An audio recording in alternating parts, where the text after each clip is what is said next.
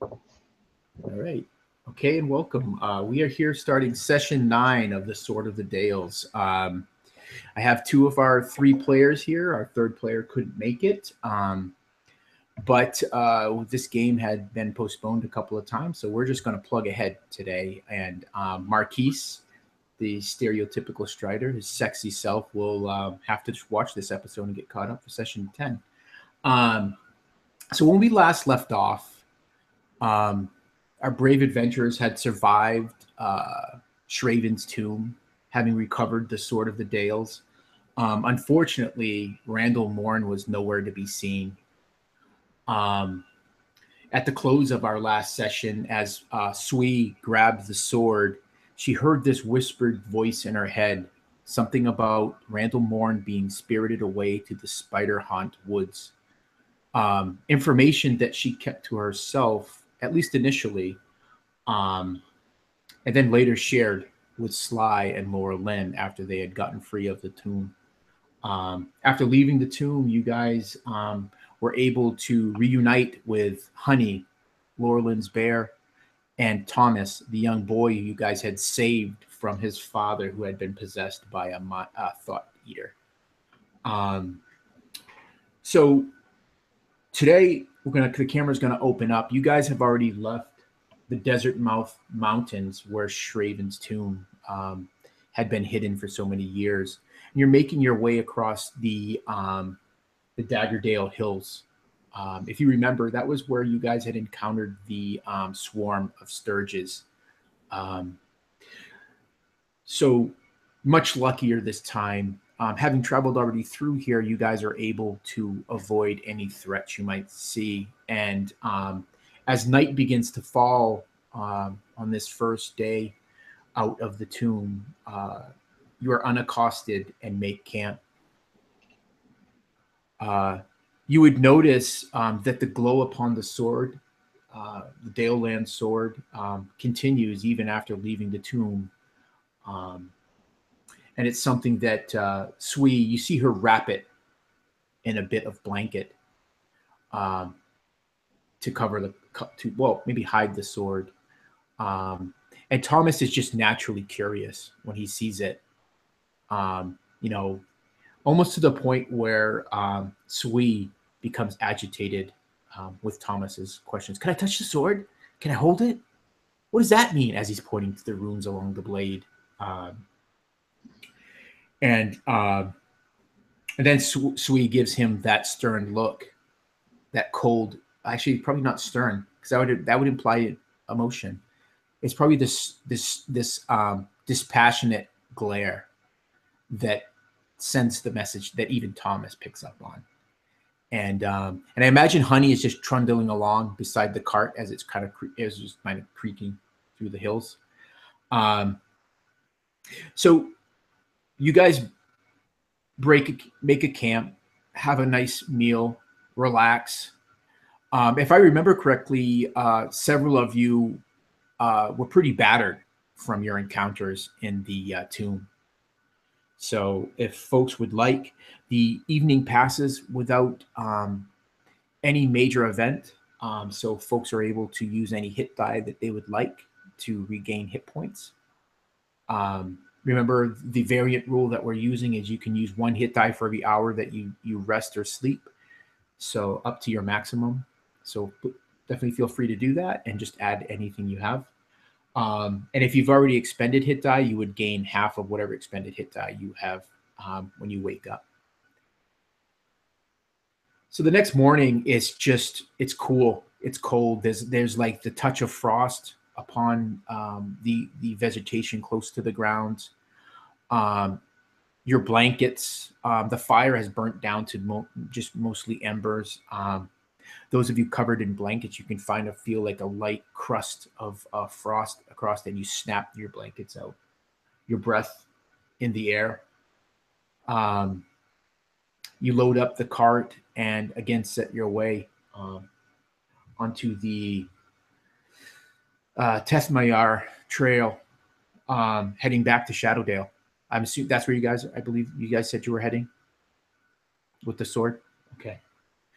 So you start to you approaching the trail, and as you do so, it's probably mid morning, probably 9 or 10 o'clock. The sun's still coming up. It's starting to warm the air about you. So, if you remember, we're at probably mid autumn, so winter is definitely coming.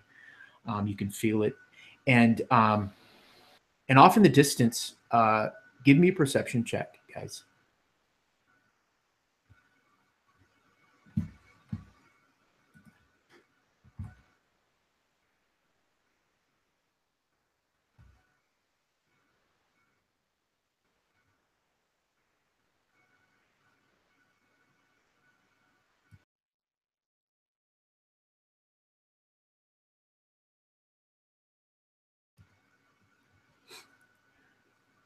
So, Laura Lynn, you're pulling at the reins, and Thomas is tugging at the back of your cloak, and it turns you around as you look back from your seat back at Thomas.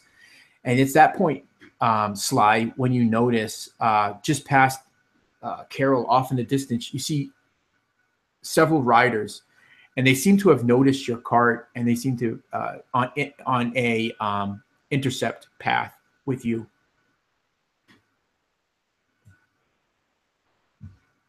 Do they seem like aggressive? Are they heading towards us aggressively at all? It doesn't look aggressive, but it looks like they have purpose. You can see cloaks billowing out behind them. You can see the morning sun glinting off the tips of spears of several of the riders. There's probably a good dozen of them. And you notice their cloaks are dark in color, like dusky, not black, but kind of a dust color. And you can also see the glint of mail on several of the riders. So Sly kind of assumes the worst and hopes for the best in this situation. And he's sitting at the front of the cart with Laura Lynn, and he'll see it and he'll kind of stand up, and he's gonna pull out his flute and kind of get ready, and he'll point out to her and say, "Look." And as he kind of stands up, his cloak and his shirt kind of come back, and you see his skin's like kind of darker. His once fair skin is now tanned a little bit, and he looks a little bit different than he did before. But especially as he pulls out his flute, it almost looks like a new person at this point. He doesn't look the same kind of fair and dainty man that he was before.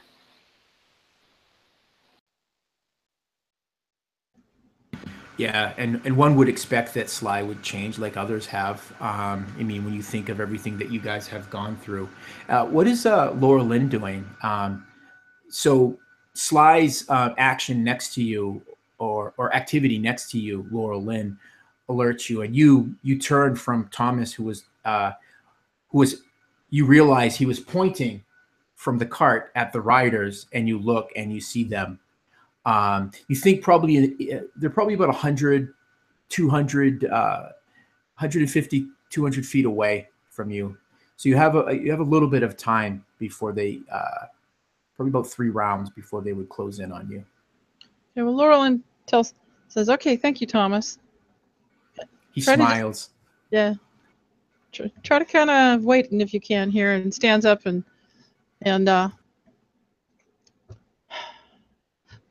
puts the string on her bow, but doesn't hold it up, pointing at anything. Just kind of has it ready, and just stands there in the front of the cart next to Sly, ready for whatever happens.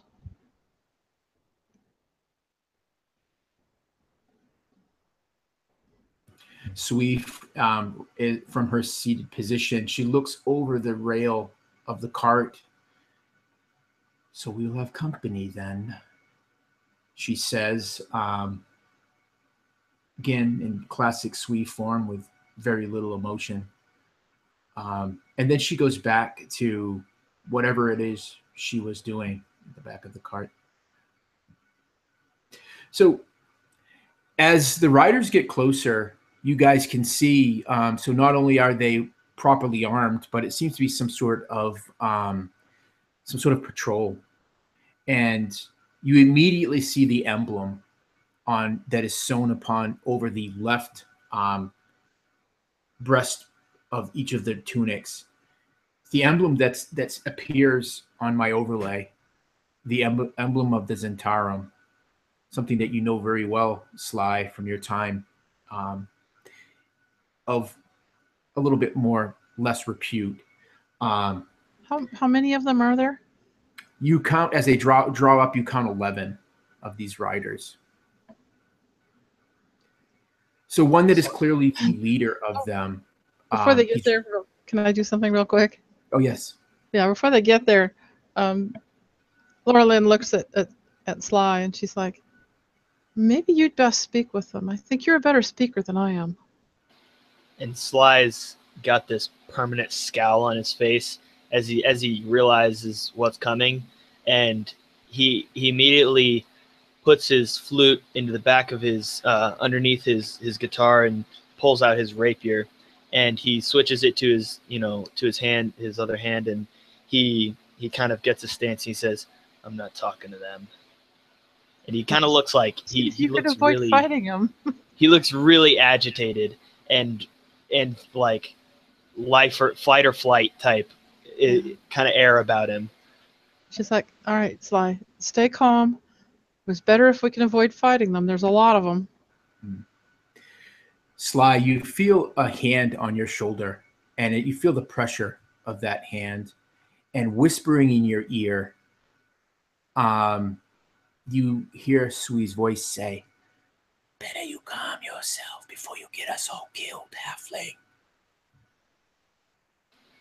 And Sly he's still holding his rapier out, and he just kind of he clenches, and he like slashes at the floor of the cart, and then just walks into the back and puts his rapier away and pulls out his short sword and kind of like squats like a Indian style, and sits with the short sword across Matthias's short sword across his lap, and he's out, but he's still he's still ready for them to try some funny shit.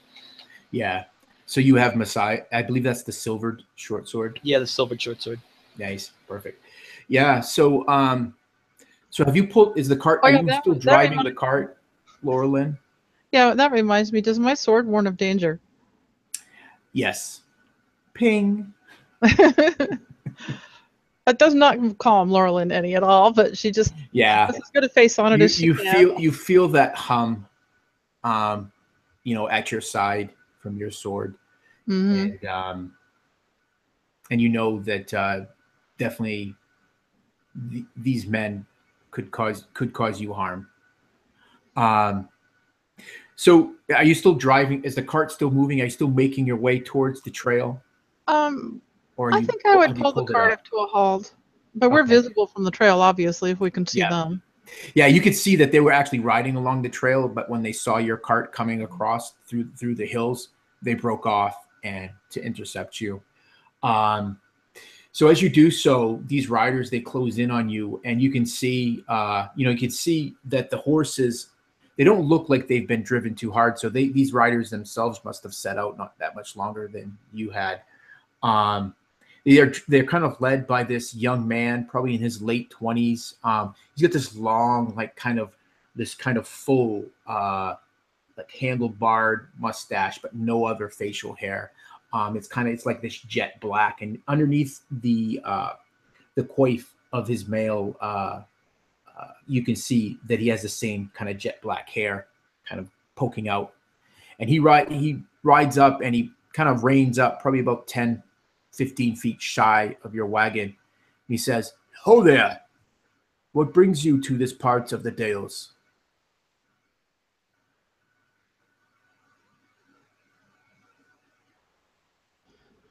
Laura Lynn kind of looks at Sly, hopefully.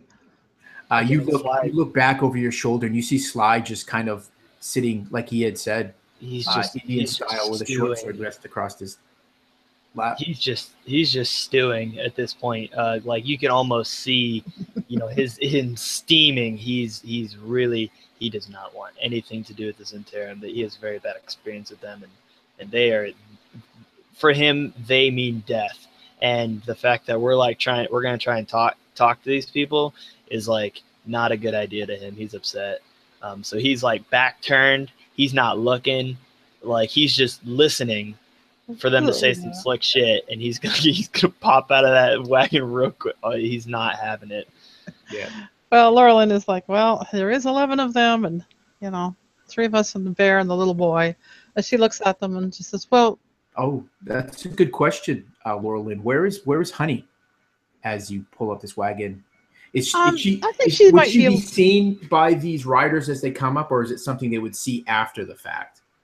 I think maybe, is there any kind of like brush or trees around there? It would be like tall grasses, like it's hilly. Is there some place that I could have sent her to kind of hide maybe when I was aware they were coming? Yeah, so go lay down somewhere. Yeah, so you kind of told her, Honey, go, and so she would know to just go off. So she's off a little bit. The rider again, what you would believe is the leader of this band, says again, "Yo there, I said, what is your business here?" And Laurelyn's kind of like, well, we were traveling and we found this young man, this boy, and his father was dead, so we're taking him back to town. To town, you say? To Daggerdale? To the north? Yeah. That is the direction we're headed. These roads, they're not safe. It's probably lucky that we found you. 2 women and 2 boys traveling alone without men. Sly's grip. He kind of white knuckles the edge of that sword. Laurelyn hopes that he doesn't see her face kind of get a little hard. Cocks his head a little bit. We've managed just fine without their help, but she didn't say anything. Well, what she says is, we've been traveling a ways and we're doing all right, I think. You notice that several of the riders break free of the main group, and they start to ride out, 2 riders to either side, and they're just kind of doing like this slow kind of ride around the cart, and you see them looking. One of them actually comes close, looking down into the cart. Thomas is actually standing up behind you, looking past you, Laura Lynn, at the armed men. You get a sense that Thomas doesn't know who these men are. They just look cool because they got spears and swords. So they're looking into the cart and watching you. What do you guys want to do? I think Laura Lynn will say, well met, I guess we'll be on our way. And, takes the reins and tells the cart pony to get going. He puts his hand, the gentleman puts his hand up. He says, "Oh, hold on a second. I'm not done asking you questions yet. How long have you been in these hills?" So Laura Lynn's like, well, who are you, sir? Myself? I'm Captain Durgard. And why are you out here? We patrol these areas. We keep it safe.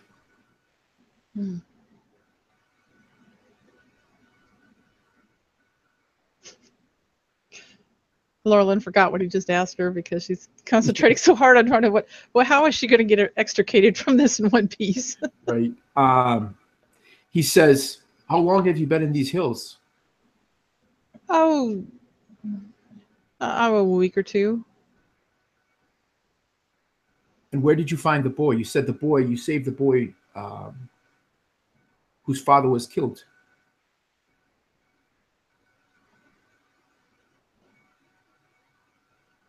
And she kind of waves behind her down the trail. Oh, several days down the trail.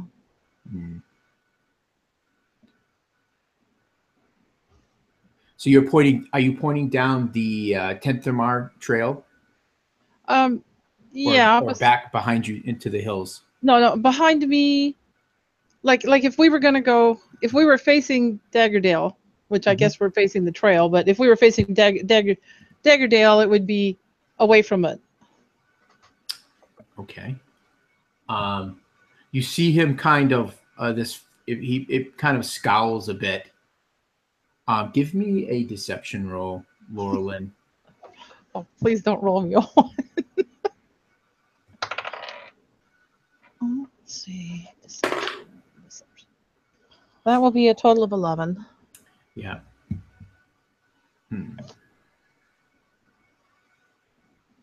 I think it best that you come with us. We will take you to Daggerdale and we will sort this out. Something does not ring true in your story, and we've heard that there are troublemakers running through these hills. I hope you don't think we're troublemakers. Oh, time will tell. 2 women and You seem to be pretty well armed for travelers, for simple travelers. as you say, it is a little dangerous out here. The sword that's at your hip, the bow that's resting on the seat next to you. Those are not simple weapons that mere travelers use. As you say, it is a bit dangerous out here. We felt the need to be well armed. Very good. You will turn over your weapons to us, and you will accompany us back to Daggerdale. I don't think we can do that. And he kind of cocks an eyebrow at that. He doesn't say it, but implies it. Really? And you see his hand, which was just resting kind of just in front of him on the saddle. You see it goes to where you can see the pommel of a longsword. Laurelyn's just kind of thinking she can't give up her weapons to this guy. She just can't. She's pretty like-minded with Sly. She just hoped to get out of here without fighting, but there's just no way. She's not just handing it all over to these thieves. You hear behind you, just off to your right, standing behind the seat where Sui is, you hear this very almost inaudible hiss coming from her. Sly grits his teeth, and if anybody were looking, if they were able to see, they would see his face go from this permanent scowl, and he just takes a deep breath, and then he puts on his acting face, and he's going to kind of stand up, spin around, and put the short sword away real quick. And he's going to make his way to the front of the cart, kind of the cart's cheery. Not very big. It's actually pretty small. So you guys, when you stand up, you're almost close to the front. Right, and he would just kind of like, get up to where he was before, standing next to Laura Lynn in front of this guy, and he would say, "Listen, buddy, I understand your concern. Here's the thing: is I know these people that you were talking about. See, we actually ran into them not too long ago, and it was a close call. That's why we can't really give up our weapons. It's not so safe out here. They were actually not too far back that way, and that's why we're here now, because we were actually leaving from there. They actually ambushed us while we were camping. We just barely made it out.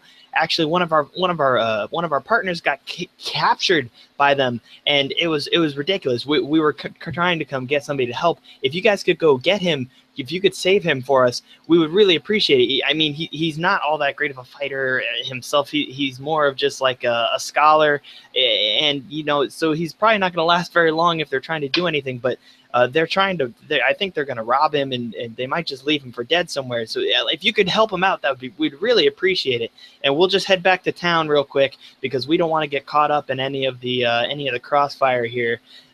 It's a little too dangerous out here for our liking. I'm not much of a fighter myself, and my friend here, and he points to Sui, and she's really not much of one either. She's more of a nature lover type person, and obviously Thomas here is not very well suited. Laura Lynn, my friend here, is really the only one who's really combat oriented in any way. She's more of a hunter than anything, really. So this whole situation was a real close call for us. We just barely made it out because Laura Lynn is so good at hunting. She kind of sniffed him out a little early, but really, if you guys could help us out and go get our friend back there. Sly, as you're talking, the other men are slowly kind of fanning out and encircling the cart.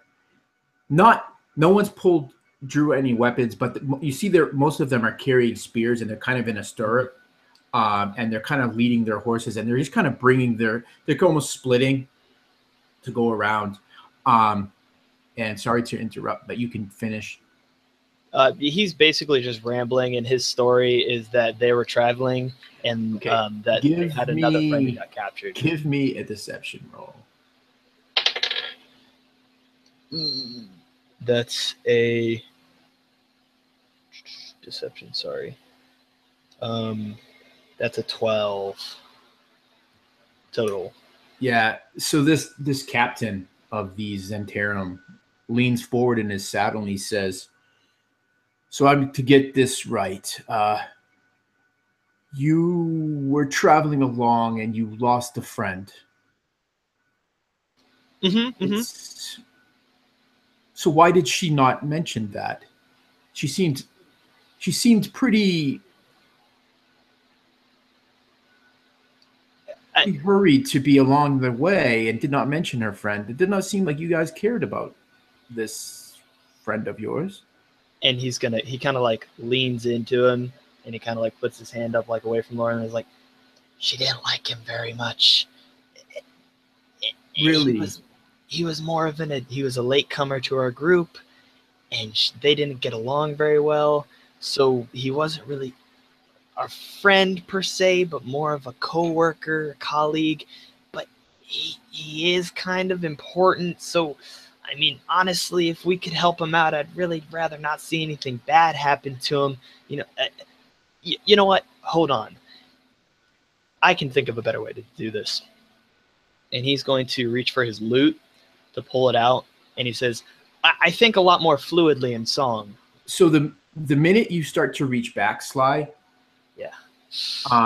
you hear the rasp of steel on leather as this captain's longsword comes quickly out of its scabbard, and you see spear points leveled to the cart, and he says, "I don't think you'll be moving anything right now.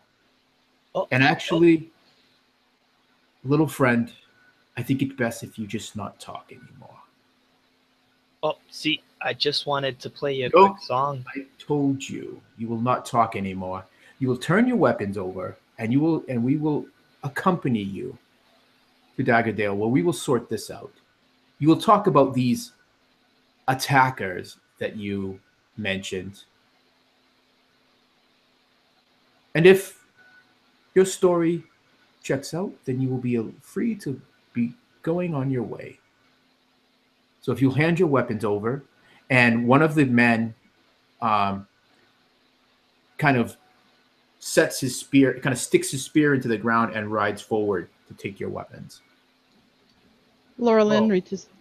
Yeah. If you're here to keep the hills safe and you're not concerned about these attackers who are no more than half a day's Enough! He yells, and his voice just carries in the morning air, and he says, "You will hand over your weapons now." Laura Lynn reaches over like she's going to pick up her bow to hand it to the guy, but it is strung, and she grabs an arrow and she knocks it and she points it right at the leader. Let's roll initiative. Because let's do it. He ain't giving it over. It ain't happening. Oh God, gonna hit the nat 1 on the initiative roll. Oh well. I'm at 10.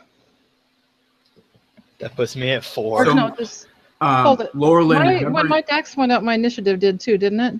Yep. So that's 11. So remember, Laura Lynn, Honey will go off your initiative. Yeah. Honey has her own actions. Oh yeah, when I pull the bow out. Squeak from Thomas as everything just explodes into chaos and madness. Yeah. I'm like, Thomas, get down. You got an 11, Laura Lynn? Okay. Yeah. Right.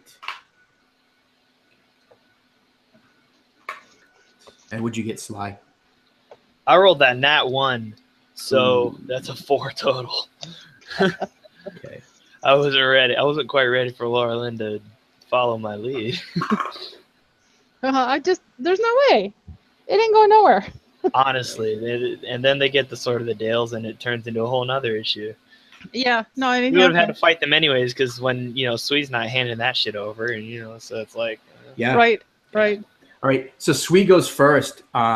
There's just this arcane crackle of energy as one of her hissing eldritch snakes goes past you and strikes this guy, this leader of these men in the chest. He kind of rocks in his saddle, and there's kind of this hiss and this mist comes up in front of his chest, and he kind of grunts.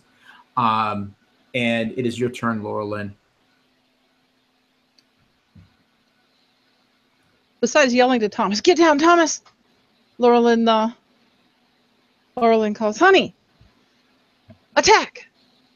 And let's go over arrow at the leader guy.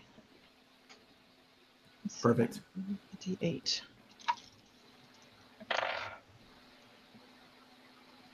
19 to hit.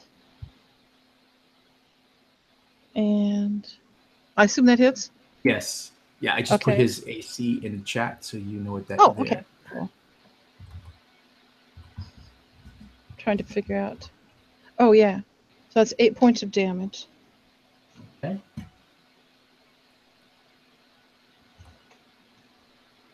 And Honey's going to come roaring up behind one of the guys with the spear. That's what Honey's going to do. Okay, make an attack for Honey. Now, is Honey attacking the man on the horse or the horse that the man is on? She's going to attack the horse that the man is on. Okay. Because perfect. I'm hoping that she will cause all sorts of chaos. And well, yeah, just think about it. It does cause some chaos when all of a sudden this great bear just roaring out of the grass out of nowhere. There is a slight bit of confusion. Which side of the card is she on? So there's 5 guys on either side. She's off to my left. Left side. Okay, yeah, perfect. Kind of behind. Yeah. Okay, yeah. So she's going to do her claw attack. And she's going to miss. Yeah. So but she's basically just roaring at things. Right. Well, what happens is there's literally if you've ever seen a horse that is spooked, that's what happened. Literally, these guys so many of those, Lionel. give me a D6 roll, Carol. Okay. I've fallen off so many spooky horses, I lost count. Yeah. Spooky horses. 3.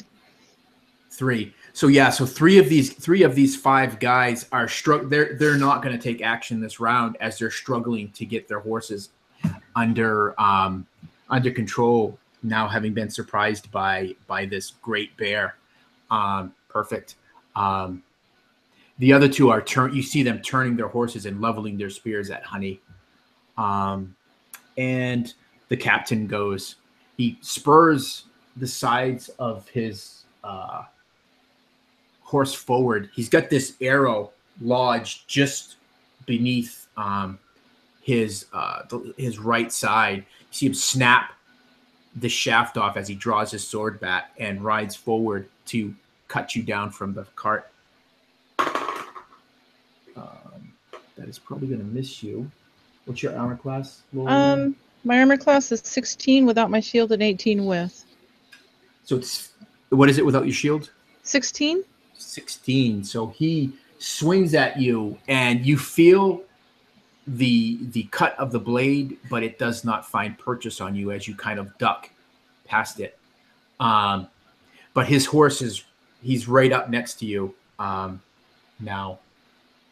As we move to Sly. Oh boy. So at this point, the leader is positioned. I was standing right next to Laura Lynn at the front of the cart, and the leader's still standing right there, right? Right. So if the way your cart is positioned, he's on what would be Laura Lynn's left side, just alongside the cart, trying to cut her down. Okay. So what I would do is take a look at what I've got going on here. Okay, so what I would do is probably pull out that short sword again real quick and just kind of leap across Laura Lynn and take a hack at him.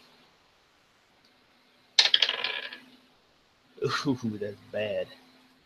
That's not going to hit. That's like a 6 or 7. Oh, yeah. 7. So you lunge at this guy, and he just bats. Are you still using the short sword? Yeah, I'm using my short sword. He bats the sword away.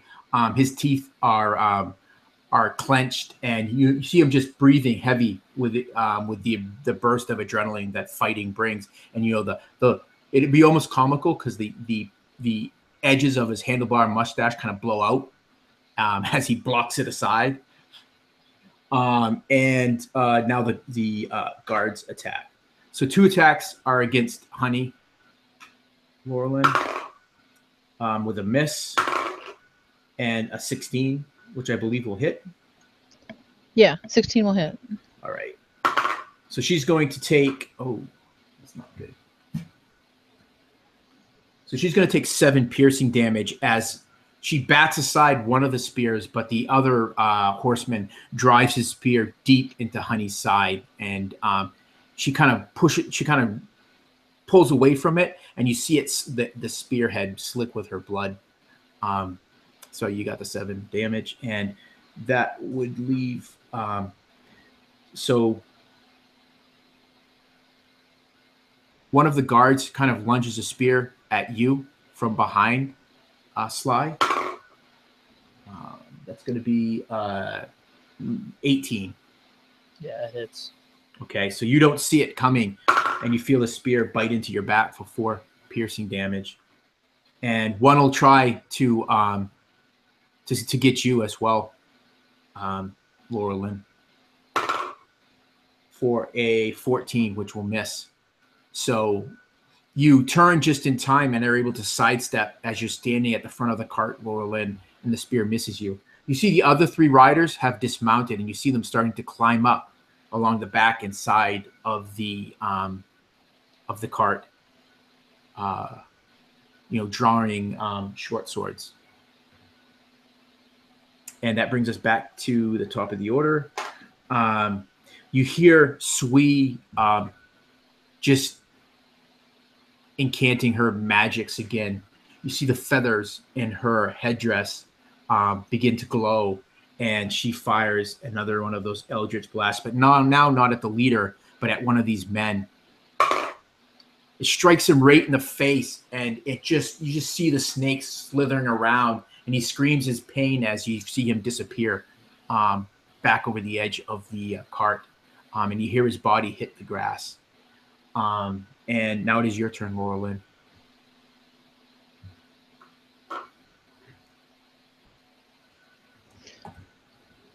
Laura Lynn looks at that leader and let's see, and she's like, "I'm gonna get, I'm getting you," and she casts Hunter Mark on him.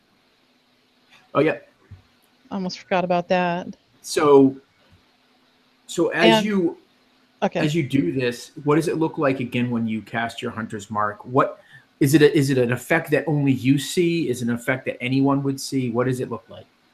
I think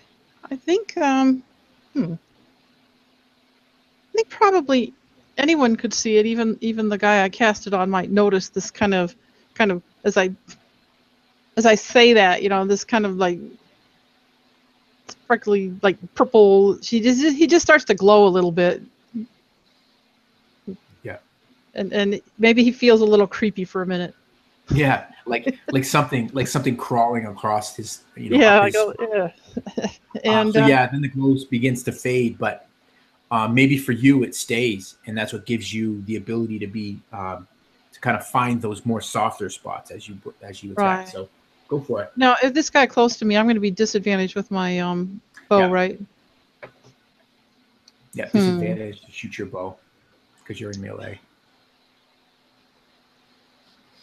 The guy I'm shooting at's not in melee range, but I don't think the other guy's going to help any. Yeah, it's a disadvantage if you're shooting at anyone. So you have 2 guards climbing up Yeah, onto the cart. One guard was obviously Sweeney they're was going to able make it harder knock for me back. to shoot, right? Can I redact that for a second and go for the guard that's closest to me in melee range instead of the leader for my hunter's mark? You mean the one that drove a spear at you? Yeah, the He one would that's. he would actually be further away. Well, whoever's close enough to interfere with put me at disadvantage. Whoever's within melee range. Oh, so that would be the captain. That would be the captain. Yeah, because he's right up close and personal. All right. Well, then that's fine there, and I'm just gonna go grab that long sword and go for him. Yeah, yeah. You can easily toss aside your longbow, and draw your long sword. Quickly set it on the seat next to me. I'm not tossing that thing anywhere. No, that's my baby. But with her sword, she pulls it out, and in a hurry, she takes the slash, but she rather misses him. Yeah. So there's a couple quick exchanges of blows as you guys kind of attack and counter each other, not finding any effective opening for your attack. And then Honey's going to continue her attack. Okay, perfect. And can she? Let's see. I guess she's attacking one of the guards on that side, whatever is closest to her. There's 2 of them. Remember, there's 2 of them that are actually trying to take her down with their spears. Well, she's going to attack. The other 3 are just kind of like trying to get their horses under control. Oh, it's a nat 20. Oh.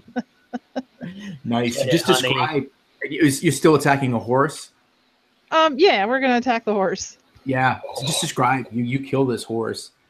She kind of comes up slightly from underneath the neck of the horse, and she's doing her which attack are we doing? We're going to do the claw attack, and she takes her big old paw and she just rips the jugular vein out of that horse. Yeah. So the horse just crashes down, screams and flails onto the ground.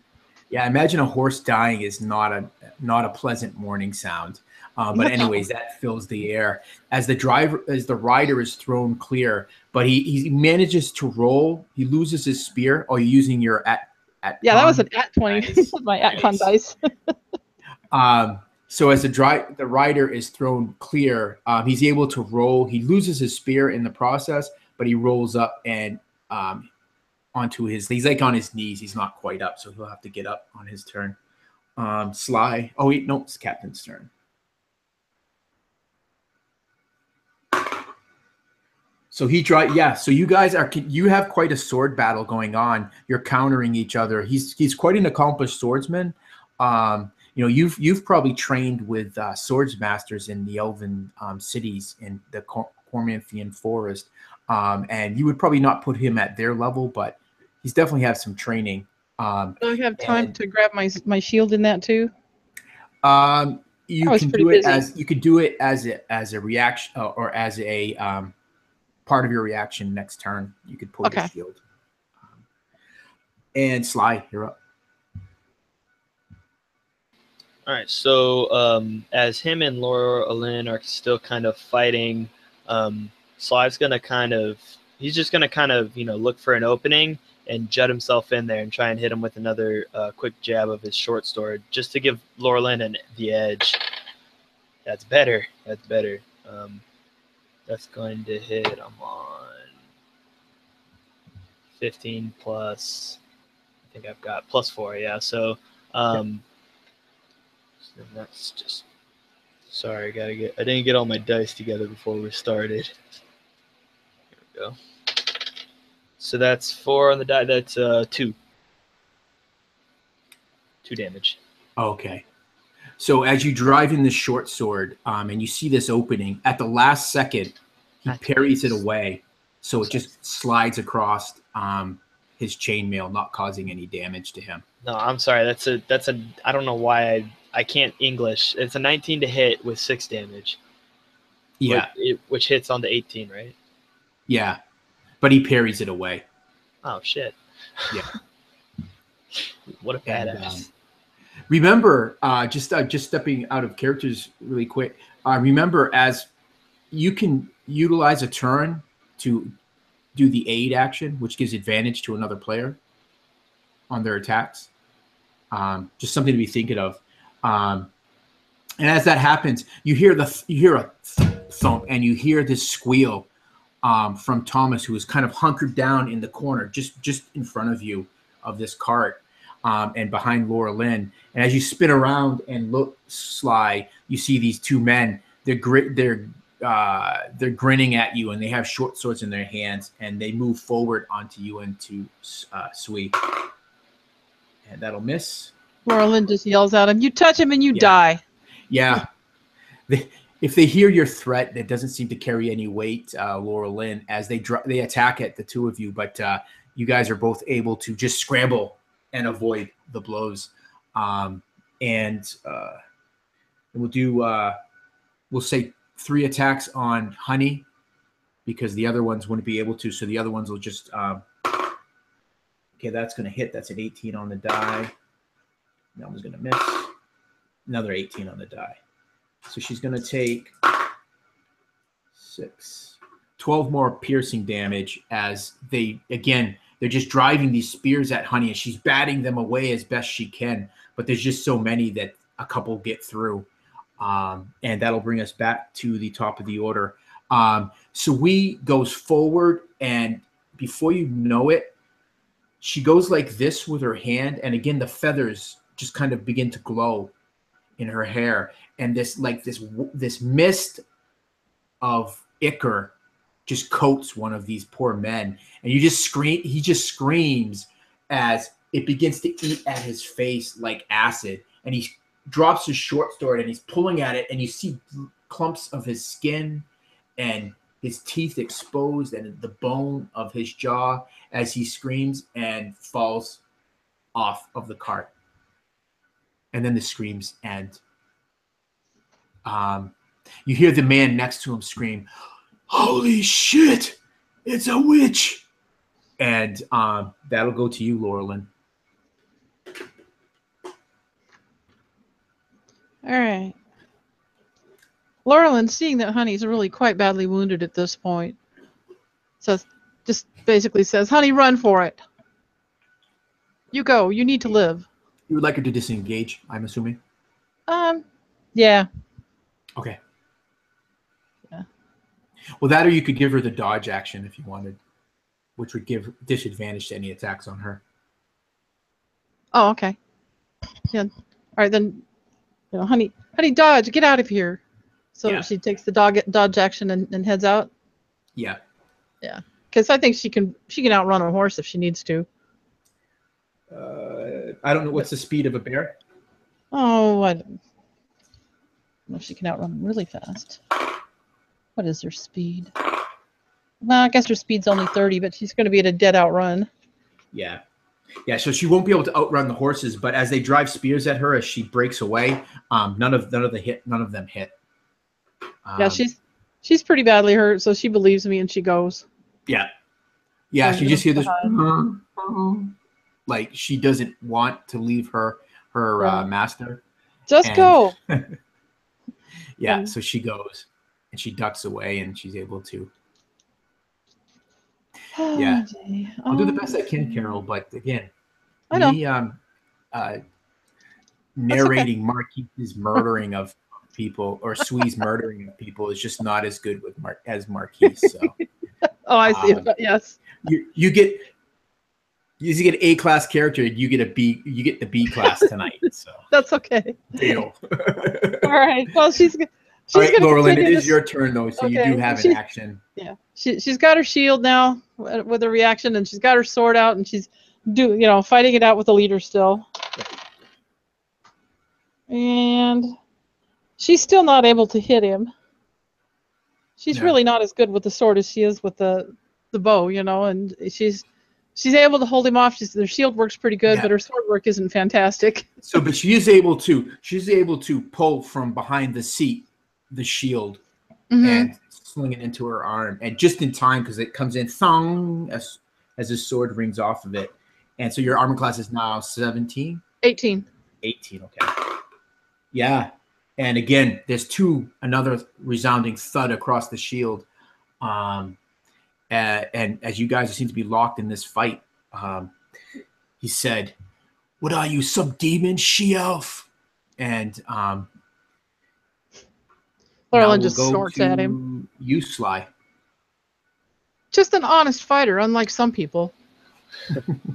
Nice. So Sly's sights are now kind of set on the two dudes who went to attack them, and also like, I mean, I don't know if they touched him or if they like scared the shit out of Thomas, but either way, he sees Laurelin's she's kind of locked with that one dude, so he's gonna try and just support her by taking care of everyone else. So he's going to kind of, he kind of ducked out of the way of them, and he's going to come up and try and hit one with that short sword, try and jab it into their gut. Yeah. So there's only actually one guy on the cart right now because the other one Sui took care of. He cast that poison. That poison spray killed that one. So then he's going to go for the other one. Yeah, and you will have advantage on this because as you kind of get ready to do this, in your peripheral vision, you can see Thomas kind of reach over and hit at this guy's leg, and he looks down for a second, kind of like, what's that? So you'll get advantage on the attack. That's an 18 to hit. Oh, yep, that'll hit. It's just the guards, right? Yeah. And then, max damage. That's an 8 damage. Yeah. So you drive the short sword into this guy's gut, and he just kind of goes, ugh. And he looks down at Thomas, and he looks at you as he just falls to his knees, and as you pull the short sword free, he crumples over in the cart dead. And Sly kind of has this it's almost like a feral look about him as he does it. And when he locks eyes with Sly, the last thing that he sees is just him gritting his teeth, and his scowl is his hair kind of like a mess and kind of in his face. He's sweating and breathing heavily just as he kind of pulls the sword out and he falls to his knees. Nice. Perfect. So as you see Honey run off, you look and you see her run off. You see two of the horsemen break and start giving chase to her to bring her down. And the other, so the one that was thrown from his horse, you see him get up and he starts running to the cart, but he'll end his turn at the side of the cart. So it's 2, 5, 6. And the other 4 are just going to drive some spears. One at you, Laura Lynn, which will miss. You block it with your shield. One at Sui. So Sui, you see one. She kind of steps aside, but it's a little too late as the spear cuts across her arm. You see blood start to run down her arm. And that might hit you. What's your AC again, Sly? 18. Will that hit? Yeah, it's a 15, so that'll hit. Yeah. So yeah, another spear drives into you for 4 piercing damage. As these guys are just kind of still on their horse, and they're just driving their spears down as they're surrounding this cart. The situation is looking kind of dire at this point in time. Laura Lynn, why don't you give me an animal handling check with disadvantage? Because the whole time this fight is happening, your poor ox is sitting there at the front of this cart. Let's see if poor Betty Lou is going to stand there or run. I have a total of 12, no matter which dice I pick. Okay. So I don't know what an ox sounds like. I've never heard one before, but it just kind of grunts and snorts and just pulls at the yoke, and the cart kind of lurches. So you guys give me a dex save, please. Yeah, I got another at 20. Nice. Plus my 4 dex. Another nat 1. Oh no.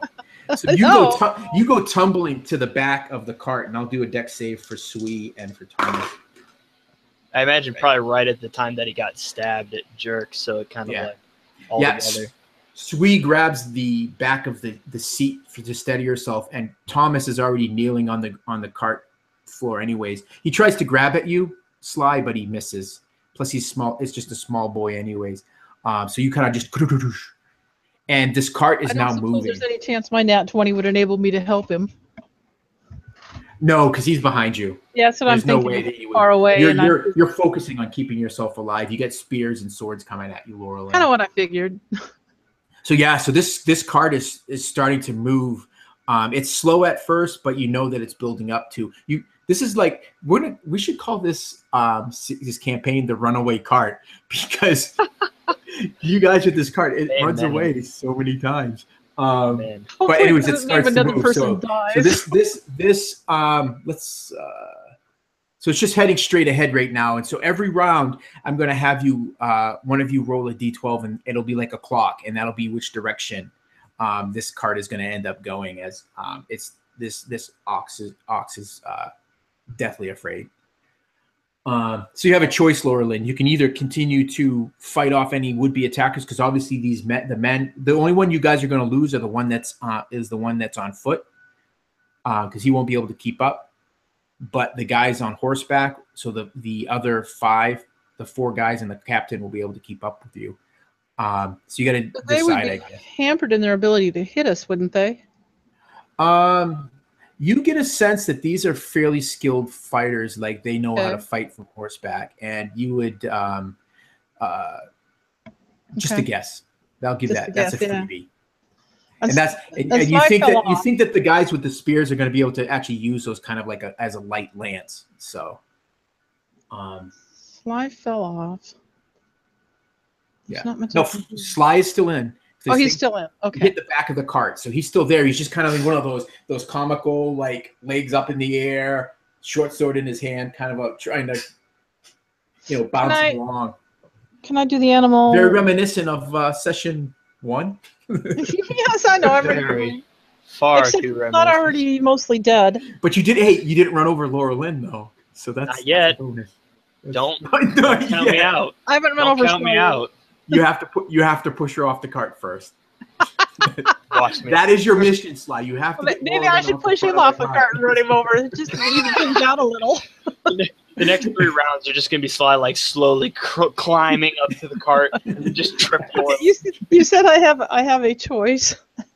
Yes. So obviously, what's going through your mind is you can try to control the cart, try to get the oxen back under control, or you can continue to fight off the would-be attackers. But what I was going to say is you get a sense that the cart's moving, but it's not going to be able to move fast enough to outpace the horses. Right. So yes, an ox with a cart's not going to be faster than a trained horse. That's just would be silly. Even an afraid oxen. So Laura Lynn, it's your turn. I'm going to try to get the poor ox to stop. All right. So you like jam the tip of your sword into the wood flooring in front of the seat, and you grab the reins. Okay, and I roll a fantastic 11. Yeah. So you're pulling frantically at the reins, and this thing, you feel it pulling against the bit. Right. I'm like, easy. Yeah. So besides, I'm only using one hand on the reins because I've got the shield up with the other. No, I figured your shield would be something you slip in, and you could. Oh no, that wouldn't work because you'd have to strap it. Yeah. So yeah, you would have to do it. So I've got the shield in one hand, and I've got the reins in the other one. So I can't really attack, but I can hopefully protect myself while I'm. You will definitely still have the advantage of your armor and the shield. Yeah. Trying to get the poor ox to settle down and stop. Yeah. So not quite this round are you able to do that. How about Honey? So Honey has these 2 riders coming down on her. Is she good? I'm assuming she'll continue to take the dodge action as she kind of runs away. Okay, good. I'll give disadvantage to those guys. We'll resolve those attacks right now. Okay. That's still gonna hit. Yeah, 17. Yeah, that'll hit. Okay, and a 5 is gonna. If they hit her at all, she's down. She only had 1 hit point at that point. Oh, really? Yeah. So you. We didn't level her up like I didn't have a chance to talk to you about what we should do there, but that's okay. Right. We can do that later. I'll just have to rescue her at some point here. Right. So, is it like a sense that you get kind of this as Honey goes down? Oh yeah, she gives this groan, and I can just hear it in my heart. You know, just like, Yeah. oh no. Yeah, and that distracts you for that second as you're trying to get this cart under control. Right, right. And your head kind of looks in the direction where he is, and you see the riders like off in the high hilly grass, and you see them driving down their spears, and then you see them. There's like a split second, and then you see them turning their horses and starting to head back this way. So Honey has been taken down, and so the captain rides up, tries to take you at the head, and you're able to see the sword coming as you're looking back at where Honey is and duck as the sword swings wide. But I think I'm a wood elf. I'm good. I think he'll action surge and attack again. Oh yeah, that'll hit. That's a 22. So Not that good, I guess. And he hits you for 5 slashing damage as he quickly brings his sword back across you, and you're not able to get your shield there in time. And Sly, you're up. Laurelin just kind of laughs. You'll have to do better than that. Yeah. Oh yeah, it's definitely not a life-threatening cut, but you see that he has a pleased look on his face, like I can get past the she bitch's defenses. The she bitches. All right. Sly. What is Sly gonna do? Sly is going to kind of clamber to his feet. That takes like half a movement to stand up, right? Because yeah. So here's the thing. This is what I'm gonna do because no, it's a rule that really bugs me in 5e. The whole when you're prone and getting up from prone, you lose half your movement. That economy makes no sense to me because if you have a 50 movement, you lose 25 movement. But if you only have 30 movement, you lose 15. That makes no sense. So True. We're going to base it off of what is a medium movement is 15 feet. So when you get up from a prone, you lose 15 feet of movement. Sure. I can dig it. So Sly's going to clamber to his feet. And so how many of them are around the cart now, kind of riding alongside? Okay, so there's the captain who is on the left side of the cart that just is trying to take down the elf. And then you have 2 other guys riding up on either side. So as you kind of look up over the edge, you see 2 riders coming up on either side of the cart. You know, they get their spears kind of tucked up under their arm and leaning forward to kind of get. I guess in this case it wouldn't be you. They wouldn't be targeting you. They'd be targeting Laura Lynn and Sui, who are kind of still standing up. Are they like far off from the cart, or are they like right there? More bad decisions from Sly. You know that they'll close the distance within seconds, so they can drive their spears home. So it's so what Sly's going to do is he's going to sheath his sword, and he's still kind of got this weird air about him now that is like not normal. It's almost like instinctual at this point, and he's kind of he's still gritting his teeth, and he's going to kind of like get half up on the edge of the cart, and as soon as one of them gets close enough, he's going to lunge at him, and he's going to like basically latch on to this other guy onto his horse, and from there destroy him. So he would hold it until they got close enough, or if he could do it now. In athletics or in acrobatics, whichever one you want. That's going to be acrobatics. Yeah, I figured. That's going to an 18 total. Yeah, perfect. Yeah, it is. You get this, and not only that, Sly, you get this little bump of the cart at just as you're launching off, and it just sails you right across, and you see this kind of shocked look on the guy's face just a second before you careen into him, like you didn't expect that to happen. So I'm going to give you advantage to the attack because that is just really awesome. So when he latches on him, so as he kind of gets that bounce, that perfect bounce, he just flying through the air, full spread eagle, and he sees his face, and he's just oh, he's gonna like he's gonna land right in his lap, and he's just gonna be right on him.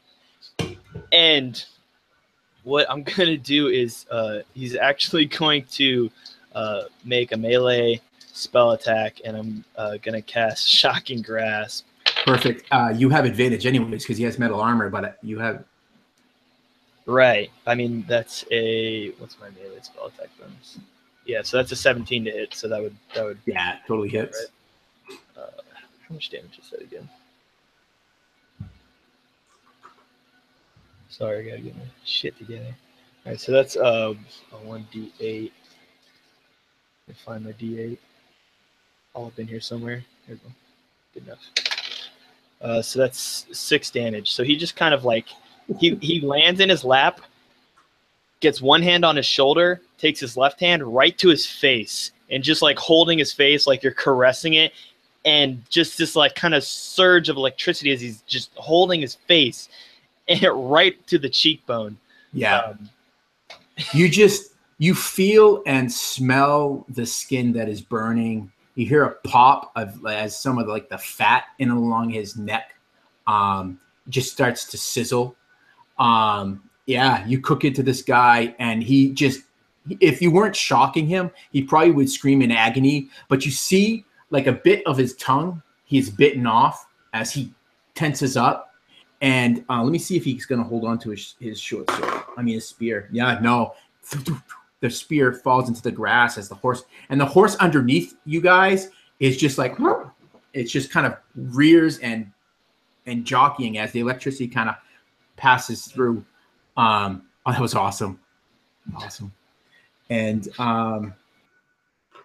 let me see. Let's start with him. He kind of shakes himself free. Now, another advantage of that, right, is no reactions, right, from Shocking Grasp. Yeah, there's nothing that mentions that. Oh, I thought it was no reactions if you're... Oh, no, yeah, and it can't take reactions until the start of his next turn. I didn't even see that part. So no. He's going to try to grapple you. So he takes his free hand that he just dropped the spear on, and he grabs at your collar, and we have to make an oppose. You can make acrobatics or athletics. Acrobatics is 18. Let me see real quick before you tell me that. It's going to be a DC of 14. Yeah, I rolled an 18 on acrobatics. Perfect. So he's pulling at you, trying to get the flying squirrel halfling off of him, but he's pulling, and you're like just clung to him, so he's unable to do so. He probably like he tries to grab and Sly like kind of like clambers to a different spot, and he's kind of like he's scurrying around like a squirrel on a tree, you know, like squirrels on a tree that just like hop around the tree, and he's just kind of like moving to different spots, just still kind of like bearing into him with his hands, almost like claws. Yeah. It's just like you hear the other guard next to him say, "Bob, are you okay?" The hell is that thing? Yes. And so I'm going to give that guard disadvantage as he tries to drive his spear into the flying halfling. Yeah, he misses. And the other two, one attack on you, Laurelyn, and one on Sly. I mean, Sweet. Too good, man. That'll hit you, Laurelyn, with an 18 on the die for 5 piercing. And ooh, you hear a scream of pain as you catch out of the corner of your eye, Laurelyn, the spear of one of these men drive deeply into Sui's lower abdomen. She grabs at it instinctively, holding onto it, but you already see the blood welling up around and spreading down the cloth of her robes. Yeah, instead of guns and snakes. Well, that would be too creepy. No, Marquise can do that, but yeah. But there is this like almost this hiss of arcane energy as she's latching onto this spear, and it is her turn. She reaches out with her left hand, and yes, she, much like the other one, this spray of of venomous snake and poison just engulfs this guy that has just drove this spear into her. You see him fall back out of his saddle and hit and roll in the ground of the grass as your cart continues to careen towards the trail. Laura Lynn, why don't you give me a dex save? Oh yeah, you can make a death save for her. We're going to treat her as a important NPC, so she would get death saves. So let's do that after. Let's get a dex save. Okay. Total of 20, not natural. Oh, on your on the dex. Yeah, so you easily keep your footing in this cart as it's bouncing along. Honey gets 13 on her death save. Perfect. So she's 2 away from stabilizing. Alrighty. And I think Laura Lynn decided she's given up on stopping this silly ox. Oh, I'm supposed to roll the d20 and see which way it goes, huh? No, a d12. Oh, d12. I mean, yeah. That would be a 9. A 9. So it starts skirting to the left. Okay. Heading more in a more northerly direction now. Well, she's just gonna let the ox go. She figures it'll poop out soon enough. And she's it's not going to make a whole lot of difference one way or the other, hopefully. Right. And she's going to attack the leader again. Dang, and she is not going to hit him. Yeah, you're finding it difficult. You keeping your footing and my balance is fine. He's just really good with his sword, and she's not. Yeah, and you would almost notice too that as you kind of lunge at him with your sword, he does like one of those things where he slides down in the saddle to even though he's wearing this heavy chain, he seems to move like very at ease riding this horse in a combat situation. One real quick question, Lionel. Yep. How many guards do we actually have left? I know we've killed at least we one. Just took another one down. So you have 3 guards that are riding along with you, but in the distance you can see the 2 that had chased down Honey. They're pursuing you too, but they're a couple of rounds behind. Okay. How many have we actually killed? 2? No. 5 of the guards are down. Because one of the guards was on his feet, and you could see him kind of running way off in the distance, but there's no way that he's going to catch this cart. Unless the cart does a full 180, ends up 180 and back that direction. So, yeah, so 5 of the guards are out of commission, either dead or no longer in the combat. All right, thank you. Yeah, you get a sense that the guards themselves aren't as well trained as their commander. So what do you? Oh, you're done. So it's his turn. He sees an opening, Laura Lynn, as you lunge with your long sword, and but it's not enough. As you are able, at the last second, the sword gives you like this little pulse of warning, and you're able to flick your wrist and knock his sword aside. And that brings us to you, Sly. You're kind of, oh, that's right. Sly is trundling along back on one of these horses. So what are you going to do? You're in this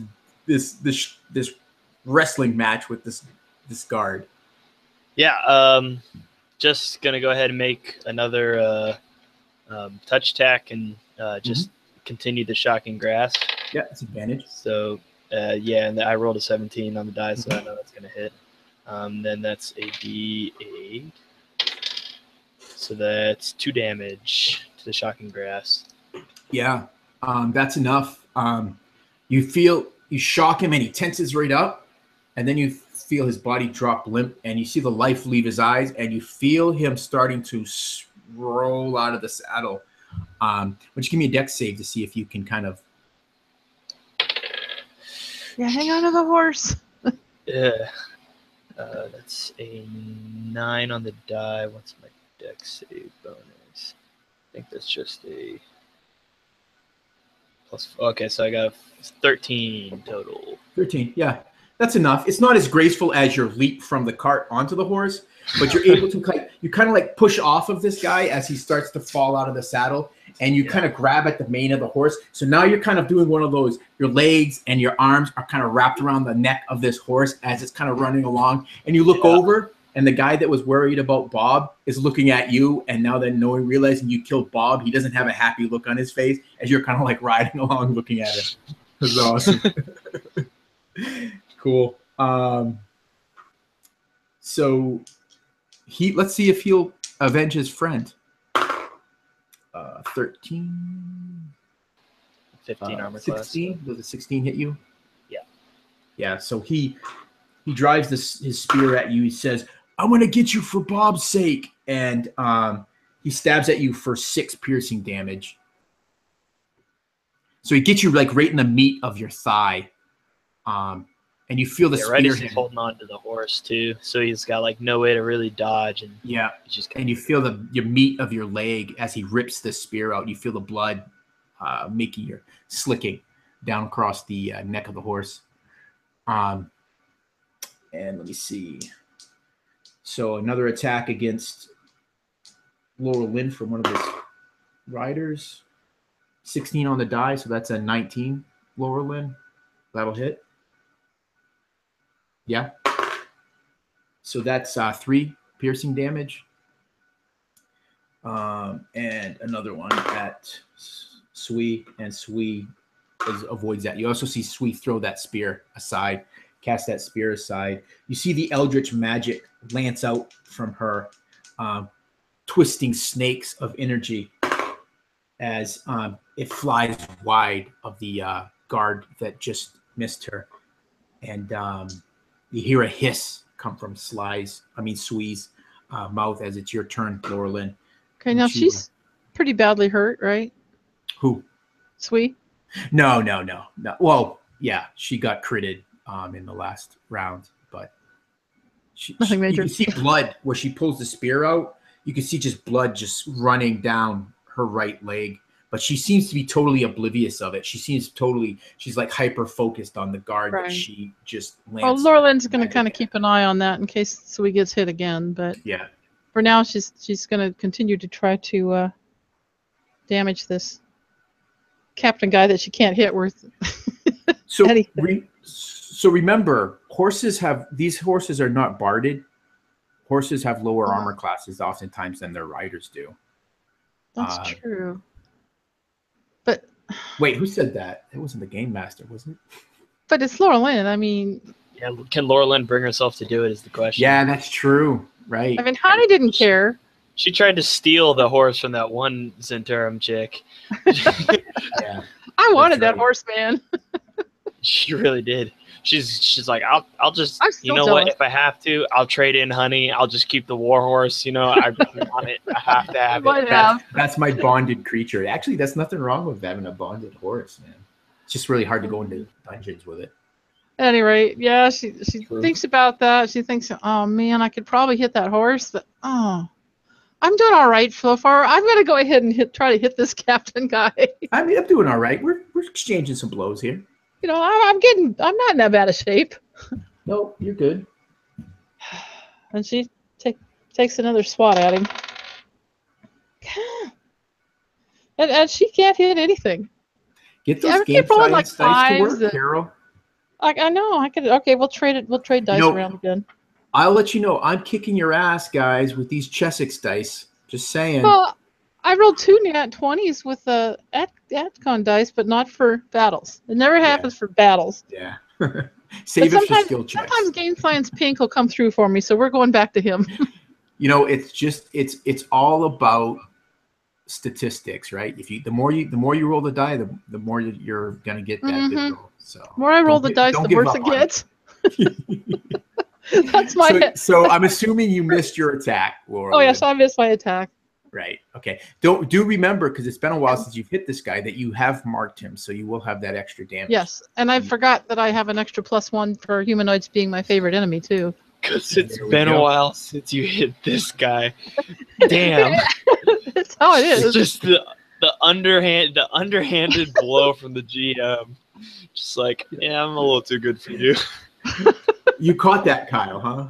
I got caught that I was low trying. blow, I man. was trying to ignore it. All right. Well, Halflings see I all was low trying to take the blows. classy path here for a change. why don't you give me a death save for good old? Oh yeah. I thought you were 12. talking to me. I was like, listen, 12. buddy, it wasn't Nice. that bad. That's two. Yeah, that's the pink dice. The pink dice is doing okay. I'll just keep rolling it. Right. So he is, however, is not going to miss you, Laura Lynn, as he's going to end this fight. Oh, nat one. Maybe In this will fight miss. by falling off his horse. Jeez. Yes. Right into Sly's open waiting arms. No, not the rabbit squirrel. He swings at you at the last second. There's this audible snap sound as the strap that's been holding his saddle gives way, and his rider and saddle are totally thrown. So I'm going to roll percentile dice to see which way. Well, he's going to fall towards you. Let's see. I'll do a save. He's gonna get hit by the Not cart. because Run he'd be over by the reaching cart. towards me. Oh no. Yeah, getting run over by the cart. Oh, Yes. Give me 2d12, Carol. Okay, D12. As he falls to the ground rather roughly, and you feel the bump of the cart as it rolls over him. Can I hop back on the cart so that I ran him over with the cart? That's an 8 that's an 8 and a 9, Lionel. 8 and 9 says 17. Nice. It's the runaway cart game. Yep, one way or another. That's For more real. deadly than you, Carol. What's going on? What? Carol, your chosen weapon should be a cart. This time Carol hit him with the cart. I didn't have anything to do with I've this got time. proficiency in carts, man. I've come up a long You do have ways. proficiency in cart, so make sure you add your Bonus to the adjustment to attack. that. I've got a +6 to my cart So attack. nice. So yeah. So Sly, what you see Oh dear. is your turn. You're kind of holding on to Great this stuff. horse, and the horse kind of veers off to the left a bit. And as you look down, you see this captain kind of tumbling over, still kind of 1 foot in a stirrup, and you can see where the cart has just run over him. One of his arms, the arm that holds his sword, is twisted off in an angle that is just not natural. You know that bone is snapped. What do you want to do? So Sly's eyes are dilated. He's going full ham on this one. He's not holding anything back. And he kind of he tries to kind of get his footing on this horse. How close is the other guy who was trying to swing at him? I mean, if he was in, but he had the spear, so. Yeah. So what happened? You guys separate a little bit because your horse veers one way to go around the fallen captain, and the other one goes the other way. So it's probably about 10 feet right now, but you know that he's going to close it in again as he tries to kill you with the spear. Yeah. Sly would, he would wait till it was close enough to where he thinks he could do it. But at this point, I mean, anything's possible. He might jump right away. Who knows? Let's see. I guess depending on how I roll, I'll see if he jumps now or if he waits till they get a little closer. Should I make a dex save first to see if I can stand up on the horse? And then an acrobatics. So what you want for to the do is you want to get up on the horse and then launch at the other guy? Yeah. Perfect. Because, I mean, I can't do it from laying down on the horse. So, yeah. So we're going to use the rule of 3. So rather than having one roll is going to determine your fate, you're going to give me 3 rolls. 3 rolls. So give me 3 acrobatic rolls and just throw them in the chat. All 3. Not so good.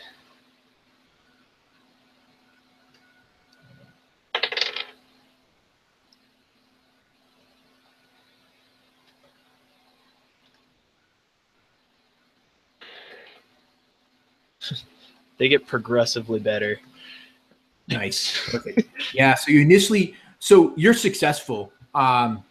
You, as you first get up, this pain just explodes across your leg that was pierced by the spear, and you kind of stand there and you only balance yourself for a second before you leap, and the guy drives a spear at you, but you leap so that the spear goes past you and you land on the horse. Right in his lap. Again, flying squirrel style. For real. Right in his lap. Do I have an opportunity to make another melee attack? Yes. Yep. Here we go.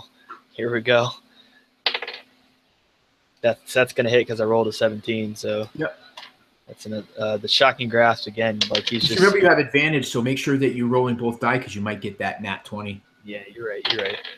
Nope, not even close. That's a 4. But so that's a 3 on the die. So he just kind of like he lands, and he doesn't quite get him on the face like the other guy, but he grabs a hold of his armor and just kind of like digs in with his fingers like he's trying to rip at him, and just kind of like tenses up, and he just starts hitting him with this electricity. Yeah. Nice. So he takes 3 damage. 3 damage. Nice. Yeah. All right. Good. So what you would see as you're kind of going all like crazy squirrel on this guy, you see that the other riders have stopped to check on him. So the cart's going off and this rider that you're with, but the other ones have pulled short and are where the captain has fallen. So we will resolve this action with this guy as he's going to try to. He looks at you and he says, "I'm going to make you pay for Bob. He was going to marry my sister." And you can just smell the hot, bad breath in your face, Sly, as you have to do an opposed grapple with him. And he has an 8. So you have to beat an 8. My acrobatics, I rolled an 8, so my acrobatics brings me to so you have 14. enough. So he's gripping at you, trying to guide the horse with his legs and still hold his spear. But he's not able to pull you free of him. Too slippery, man. Perfect, yeah. You see Sui trying to grab at the reins of the ox cart, Laura Lynn, to try to slow it down, or at least get control of it. What are you going to do? Oh, golly. We're still running away from them. Yeah, But you're we're about 45 feet away from where the captain fell at this point in time. You can see that the other riders, with the exception of the one that Sly is sitting in his lap, have stopped and are trying to, they're getting ready. You can see them starting to dismount to probably aid the captain. And you see the other 2 riders that are catching up, and they're stopping at the captain. Would I have any kind of shot at the captain if I grab my bow back? Yes. No. Well, it'd be at disadvantage because he's prone. He's on the ground. Well, Sweet's grabbing at the reins, so I figure maybe she'll bring that under control, and I don't really want to stay around there anyway. So I'm going to go ahead and try to shoot the captain. Okay. Let's see.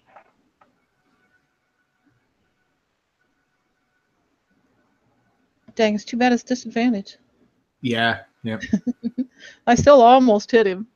So. Well, you could wait until he gets up, thinking that he's going to get up, and then you wouldn't be at disadvantage. Like hold my action? Yeah, hold your action, and your the trigger is when he gets up. Yeah, I'll trigger it when he gets up. That sounds good. Yeah, go for it. So what did you get what was your higher roll? Still not enough. I don't know why you're worried about it. So that's it's only 16. 16, yeah. Yeah. So you see your arrow, it hits him in his back through a cloak and into his chainmail, but you're not certain if it actually penetrated to cause any harm to him. So mechanically, you didn't hit him, but Laura Lynn doesn't know that. So you see him look and you see him point. You kind of see one of his arms is just kind of hanging, kind of limp, his right arm, but he points with his left at you guys, and you see the men, like some of them are starting to dismount. Then they get back on their saddles and they start heading back after you guys. Sly, you're up. So Sly's kind of clambering around this guy the same way that he was the other one, and he's not like responding to what the guy was saying at all. He's not no quips or nothing. Just like this this grunting, just almost like a rabid animal as he's just kind of like climbing around him with his hands just constantly, shocking. And he kind of gets to the front of the horse, and the guy kind of stops and like prepares like he's gonna go grab him, and Sly like almost it's more like a sneeze than anything, and you can just see like his hands are kind of like that kind of electricity around them, this like yellowish copper colored, and it kind of like seeps up into his face, and he just kind of lets out this sneeze. And what I'm doing is casting Thunder Wave. So what he has to do That's is a dex save, right? It's a con save. Oh, it's con. All right. Yeah, it's a con save, DC 13. Nope. And okay, so it's a 15-foot cube originating from where we are. So I don't know if that would reach the cart the way that it's moving. No, you're behind the cart. Right, but I wasn't sure how far. Yeah. So yeah. So that's fine then. So it's 2d8 thunder damage, and he's pushed back 10 feet. Yeah. So that's 2. Okay, so 2 2. So that's 4 thunder damage, and he's pushed back 10 feet, I'm assuming, off the horse. Okay. And you did 2 lightning damage to him the round before, right? I think it was 3 lightning damage the round before. Okay. Yeah. You just blow him off the back of this horse, and as he falls, he lands at an awkward angle, and you hear the snap of his neck as his head hits the ground, and you know that he's broken his neck. You've killed him. I don't know if this would affect the horse at all either, but it certainly affects the horse. And I'm going to make you make a save to see if you can not be knocked from the horse as the horse takes that same thunder damage. It kind of like it's kind of running staggers as the wave of magic hits it. Yeah, he doesn't make the save. I rolled a 2. Yeah, so you get knocked from the horse. You take 1 point of bludgeoning damage as you kind of hit the ground, but it's you're able to. The ground is fairly soft with the higher grass, but yeah, you're down on the ground now. So he sneezes and it like pushes both of them back. Kind of like as the horse. So he just like, and he just like kind of like flies off the front of the horse and then kind of like rolls in the ground. You see this blur of horse fur as the horse runs past you as you're kind of like you're like pushing yourself up onto your feet. You can get back up to your feet because you haven't used any movement yet. Yeah, he'd probably be like hunched over almost on all fours. Yeah, sort of. But like he would like kind of like flip over, and he would see that the other guy is dead. Yeah, and yeah, he's kind of like looking. Away. He's kind of like looking around, like breathing heavy. Like, is there anything else? Is anything else going to come at him now after all that? Yeah. So you do look and you see 3 riders coming towards you, Sly, and heading towards the cart. Why don't you give me a quick, just a stealth roll, just to see if the riders noticed where you fell off the horse or if they're too focused on, if you're lost in the grass, I guess is what I'm going for.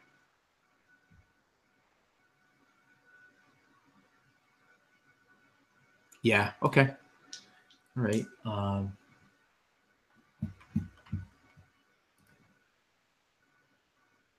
He wouldn't really try too hard to stay hidden if that affects your.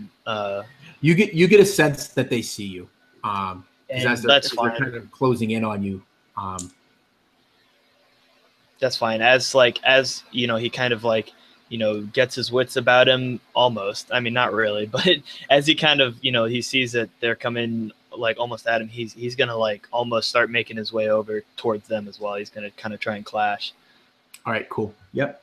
So you're going forward towards them. They close in on you, Sly. Their spears leveled. You hear one of the ones more to the front of the 3 say, "Give yourself up."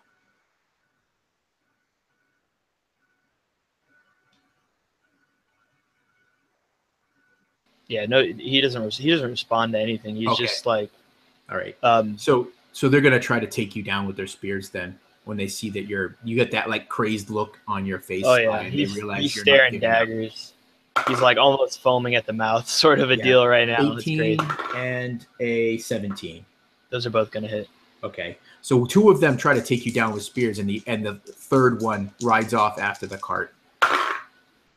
So that's going to be 4 points of piercing damage. Total. Yeah, total. Yeah, I rolled really bad on the damage. So Awesome. yeah, which is good. Yeah. I'll take it. All right, and you could see the captain starting to mount back up on a horse, and gives us back to Sui. Sui's going to see if she can get the cart under control, and she slows the cart down, but it's not quite fully under her control. But she seems to be being pretty effective. She kind of throws her legs up and over. You still see blood kind of leaking from her wound at her side and one from her arm. And she just sits onto the seat next to you, Laurelyn, and she's just like, this is not as easy as it looks, as she's pulling on these reins, trying to calm this ox down. And go to you, Laurelyn. I think you're getting it, though. Yeah, you see a guard closing in on you guys. He's kind of leaning in the saddle. He's got his spear kind of leveled and tucked under his arm. And there's 2 of them. And as you see 2 of them With attacking Sly. Sly, you see Sly trying to fight them off, but they're kind of like riding around him. So the one Takes that's him down closing in his on spear. us, is he going to get there before next turn? No, he'll get there this turn. Like next turn, he'd be able to hit?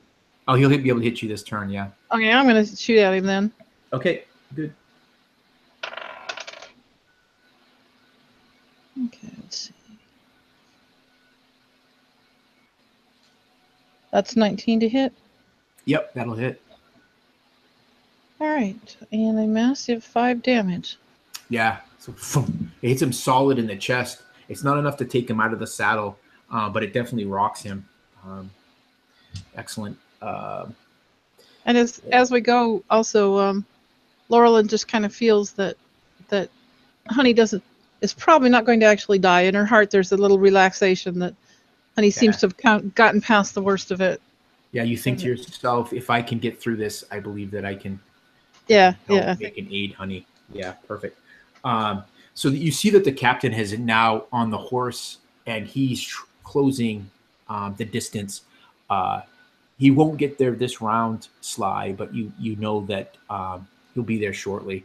And it is now your turn. You have these 2 guys. They're kind of jockeying their horses around you and driving down their spears at you, trying to keep you off balance. So they're kind of offsetting on each other, so that you can't focus on either. Yeah. Wow. Yeah. Can't focus on them together. Jeez, that was so tough to say. I got you. Yeah, and so he's just kind of like I said, almost down on all fours, and he's kind of like this aura still kind of surrounding him, and he's just like letting out a lot right now, and the one kind of jabs him quick in the arm, and he kind of like he turns, and then the other one hits him from the backside, and the other one hits him, and it probably hits him a little deeper, and he just he gets down and he just screams, and it's just like this one really loud pitched scream, and it sounds almost like the note that he usually plays when he casts Shatter, and it's gonna kind of send a shockwave, almost kind of like the thunder wave did, but that's within a 10-foot radius, so that hit both of them. They have to make a con save. The DC's 13. They take 3d8 thunder damage and half as much on a save. All right. So the guard makes his save. His horse, however, does not. So why don't you give me the damage? All right. What about the other? How much guard? Damage was it? It's 3d8. 3d8. Okay, so you might actually kill. Did both cards make it? Excuse me? It would hit both of them, right? It's a 10-foot radius. Yeah, no, you would get the one rider and the horse because they're spread out enough around. They're like encircling you, Sly. Yeah, okay, I get it. So that is, hold on, that's a total of 21 damage. Oh yeah, yeah. So this horse just like it's just an explosion of meat, bone, and and blood, and the rider is the same thing. His male shirt just explodes in a shower of these little metal rings. And what was horse and man, you can't even tell now, as you just scatter them across this grass. And you just hear behind you from the other one this curse. And you can't even really make it out, but you know that there's a shocked reaction by this other guard. Yeah, and he kind of like does a quick turnaround and locks eyes with him, and he kind of gives him that look of like, you're next. Yes. All right. Perfect. And so let's see if he can finish you off before you finish him off. No, you've shaken him so much that his spear is shaking as he drives it at you, and it's just this wild swing. And you hear the thundering hooves of the captain as he's closing in on you. As we go to Sui, who's going to again try to. Yes, she's able to, pulls on the reins and is enough so she stops this cart that you guys are in. You hear a whimpering sound of Thomas's voice behind you, Laura Lynn, as it's your turn. Easy there, Thomas. I think we're going to make it. I think we're beating these bad men. At this time, she's going to take a look at that captain as he comes, and she's going to shoot at him. Well, just remember, Carol or Laura Lynn, you have that other guy that you hit the round before, and he's bearing down on you with a spear. Yeah, but I've got Hunter's Mark on the captain. You do. And I would really like to hit him. He's taken a fair amount of damage, and maybe it'll be enough to start slowing him down. Yeah. So what is the normal range for your longbows? 150? Oh. Is that what it is? I believe so. 50, 160, something like that. Yeah. Yeah, you're within range of that anyway. Yeah, if he's closing in, there's no way I'm not within range. No, he's closing in on Sly, not on you. Oh, but Sly's not that far away. He's about 80, 90 feet away. Oh, that's well within was still range. moving. Sly wasn't. Well within range. And the cart's still, and I'm not fighting any bouncing or nothing, man. Nope. Sweet has just stopped the cart for you. Oh, my goodness gracious. I rolled a 3. Oh, I was going to say, now the captain's armor class is lower now. He no longer has a shield. Yeah, well, even if I add 8 to that, I don't know. Yeah. It's not going to quite do at 11. Yeah. So the arrow flies wide.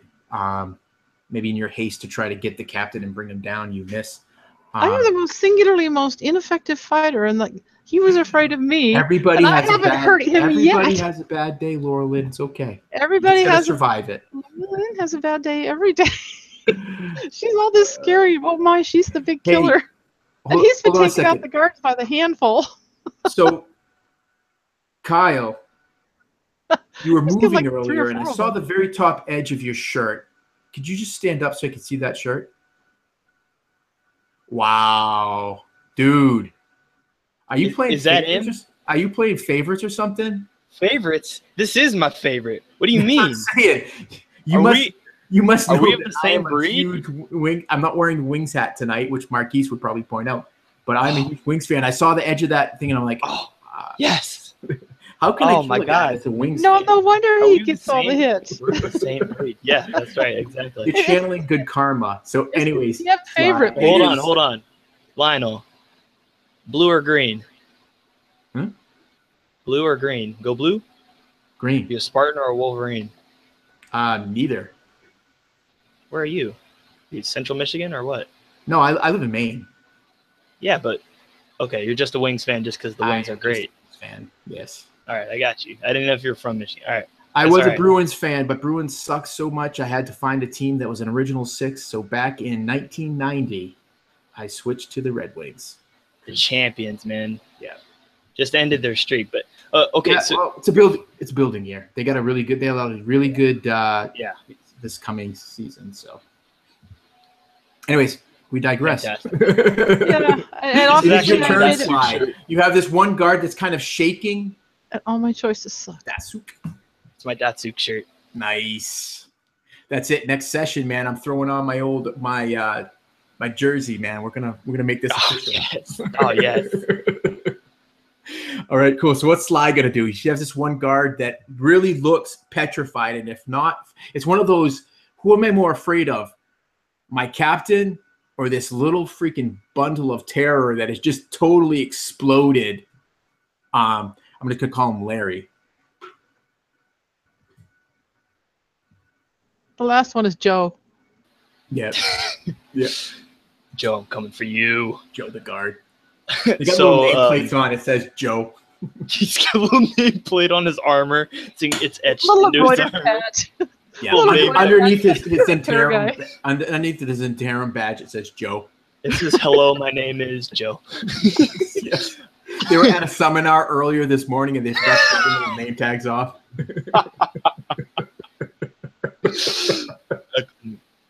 Yeah. Awesome. So Sly's just gonna lunge at him. I mean, he's gonna try and get up on his horse and kind of do the same thing that he's the same trick he's been doing. Yeah, he's gonna like duck and weave past the spear and get up Yeah. and get you. Actually, you don't even have to grab like at his leg because he's got a mail shirt that hangs down, so you can easily like jump up, hit that, and get advantage on striking him with that. Yeah. So then I'll go for.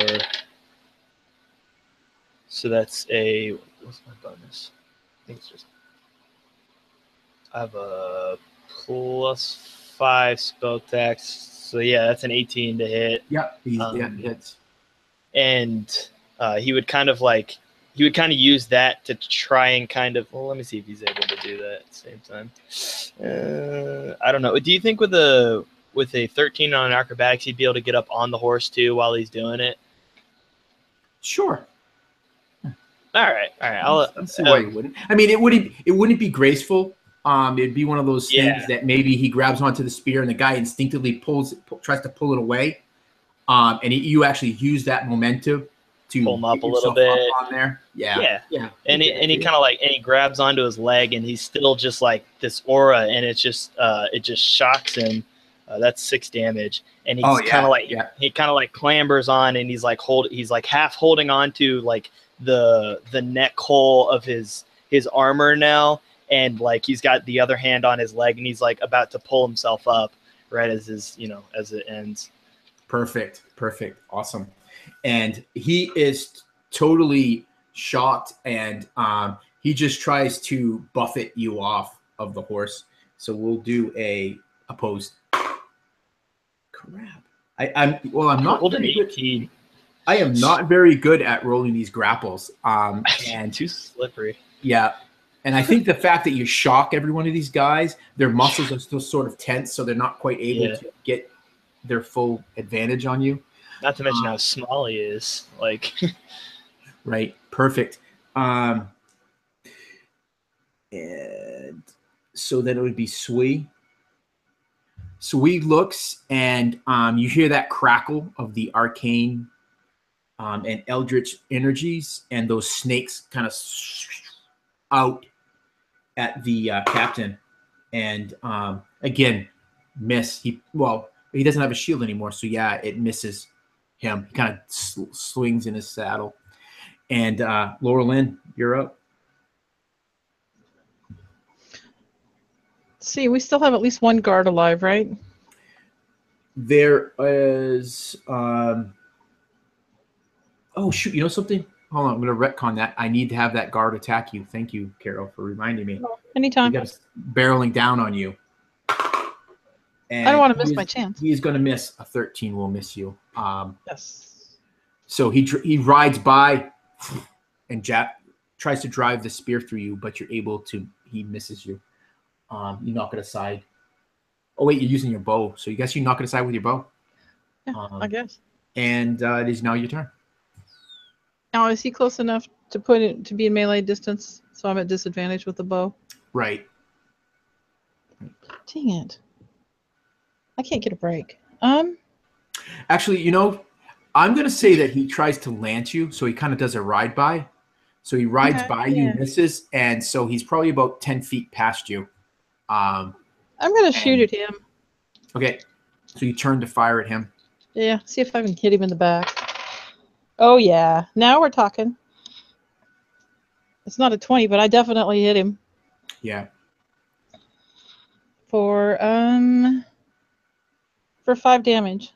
Yeah, so it drives it. Is that the one I slams hit hard before? Or is into that a his different back. one? Excuse me? Is that the one I hit before? Yeah, you hit him before. So this one slams hard into his back, and he just kind of his spear falls from his hand, and he just rolls off the back of his horse into the grass, and the horse just keeps running for a little bit. Yeah, you kill him. Laurelyn feels a little bit better about that. At least she's done something. Nice. She's like, "Hang on, Thomas. We'll get through this somehow." Yeah. And let me see. Oh, give me a D4 roll too, Carol. And so as you're kind of on this, attacking this other guard, you see the captain ride up next to you, Sly, and you see him swing his sword to try to take your head off. And he is going to miss with an 11. So I'm trying to maybe use the guard for some cover, so he's not. Yeah, he's able still to quite... attached to the guy, so Yeah. So he doesn't want to kill his own guy, probably sort of a deal. Yeah, and it is now your turn, Sly. Okay, so is the captain just like doing a drive-by sort of attack, or is maybe he hanging around? No, it's definitely like he's riding by. All right, so yeah. You see, he's beelining towards Laura Lynn. Towards Laura He just Lynn. took a swing at you. He figured, I'll try to take this little bastard down on the way by. Yeah. So he's just gonna keep ripping at this guy, and it's turning a lot more into because he's wearing metal. That's an advantage, right? Because I don't know. Yeah, if that would... advantage. Oh my God! How did I roll worse? Actually, he might not be doing a whole lot of nothing. The AC you need to hit it is a 14. Yes, it's only a 13. Oh, so the magic goes through, courses through the armor, but for some reason you aren't able to channel enough. Maybe you're starting to become exhausted. Yeah, he's starting to fatigue a little bit, running out of mana here, and yes, his little blue globe is starting to get low. Yeah. So he's kind of like huffing and puffing now, but he's still just like he's clawing at him, but he's clawing at the armor because like his mind doesn't tell him otherwise because it's worked thus far. So he's like pulling at his armor pieces, like like he might like move it a little bit and let go, and it goes back, but it's not doing what it was before. So he's kind of like getting frustrated, and he's just like pulling more frantically. Yeah, perfect. All right, so you need to make a DC 11 opposed grapple roll. That's bad. He's really starting to get worn out. I rolled a 4, and my acrobatics is only 6, so that's only 10. All right. So give me a dex save. As you feel this guy throw you, and you feel air beneath you as this guy throws you to the ground. That's a 14. Okay, 14. So you're going to take 2 bludgeoning damage as you hit the ground. It kind of knocks the air out of you a little bit. But it was not your turn. So you're prone right now. I'm trying to remember. Did that guy drop his spear when you I don't think this one. Okay. No, I think this one was fine. Okay, just to answer your question, Carol. So there's it's really the one guard and the captain are left. The one that is facing Sly. Because you remember, there's one other guard, but that was the one that was dismounted way back. So he's probably still hoofing it. So he's effectively, I think he's out of the combat, at least for right now, unless it goes. He's still trying to catch a horse. Yeah, unless it goes many more rounds. Like we're in round, we're just about to start round 8. So if we make it to round 10, I'll say that he will become effectively in this combat. So let me see. So Sui's going to try to hit the captain with an Eldritch Blast. And she does. and you see the magic just those twisting snakes just lance and start crawling across the captain.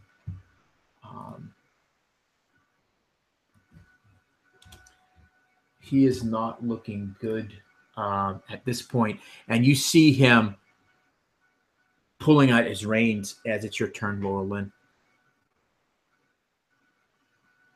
Laura Lynn's like, "Oh, you've had enough, had you?" As she knocks her arrow and pulls her bow and shoots at him. Perfect. Let's see, 13. No. That's not. Yeah. He hasn't lost that much armor yet, huh? No. Yeah. So your arrow goes again. Your arrow just misses. And somehow she knows between him and her, it's personal.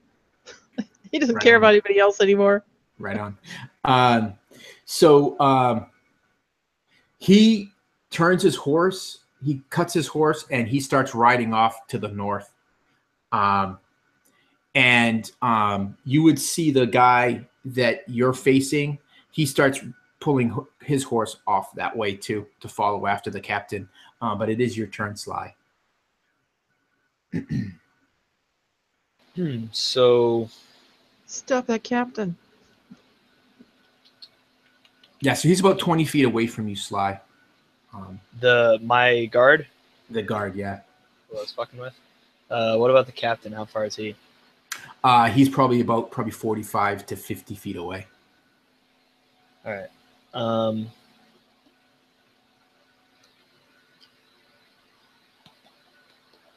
Okay.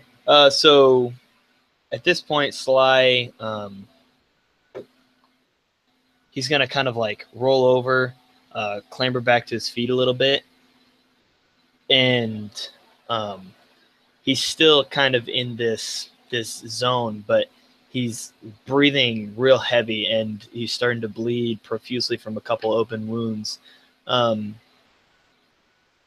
But he starts running after the guard that he was engaged with before, and he just starts like picking up the pace and faster and cast Long Strider to make up for that extra movement that he lost getting up. And he's going to leap and try and grab the acid of his horse and climb up and finish this guy off that he was fighting with before. So, oh damn, that's 12 acrobatics.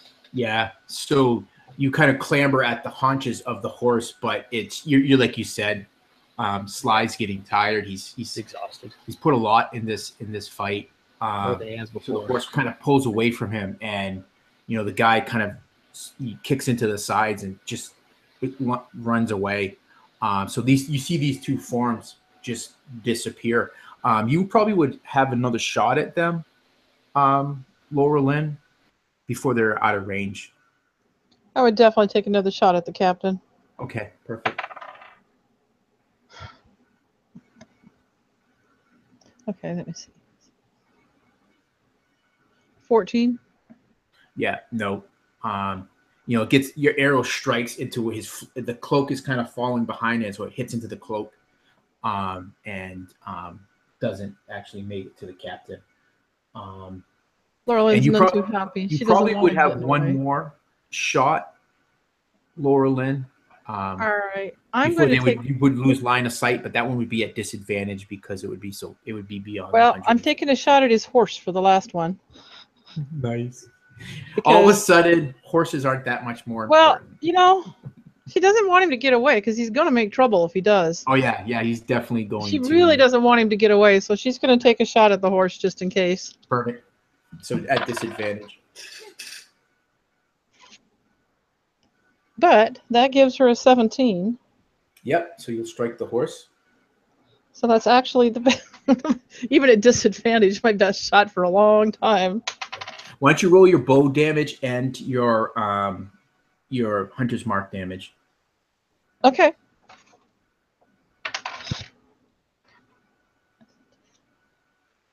That's a total of 14. 14, okay.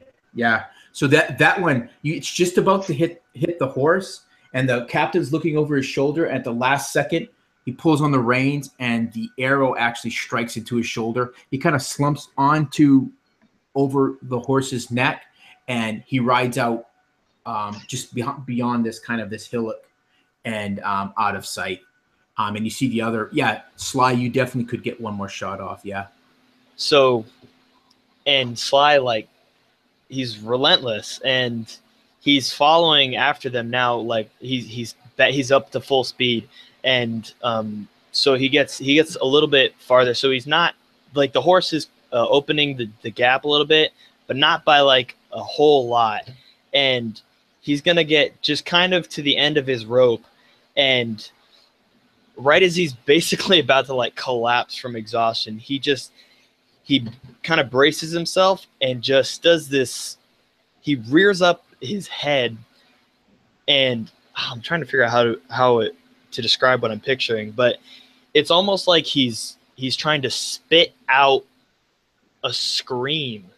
Mm-hmm. So it's just kind of like a chirp, and he just lunges his head forward, and you would see like this pocket of air just kind of like shoot out, and that's casting Shatter. So it would go for about 60 feet and then explode with a 10-foot radius. Whether that hits either of them or not, should I make a range? It wouldn't reach the captain, but it would definitely reach the horse and the guard. And the guard, Yeah. regardless of making a save, is going to die. Because that's the 3D Thunder too. And the horse does too. So it's just like, you Yeah, know, so they just fall in this pulpy mass of blood and flesh and bone. So that ends combat. And with that, Sly would kind of he sees that it's done, and his eyes kind of go dark almost, and he just like falls flat on his face, and he's just like barely conscious as he's bleeding out too, but barely conscious. Sui looks at you, Laura Lynn.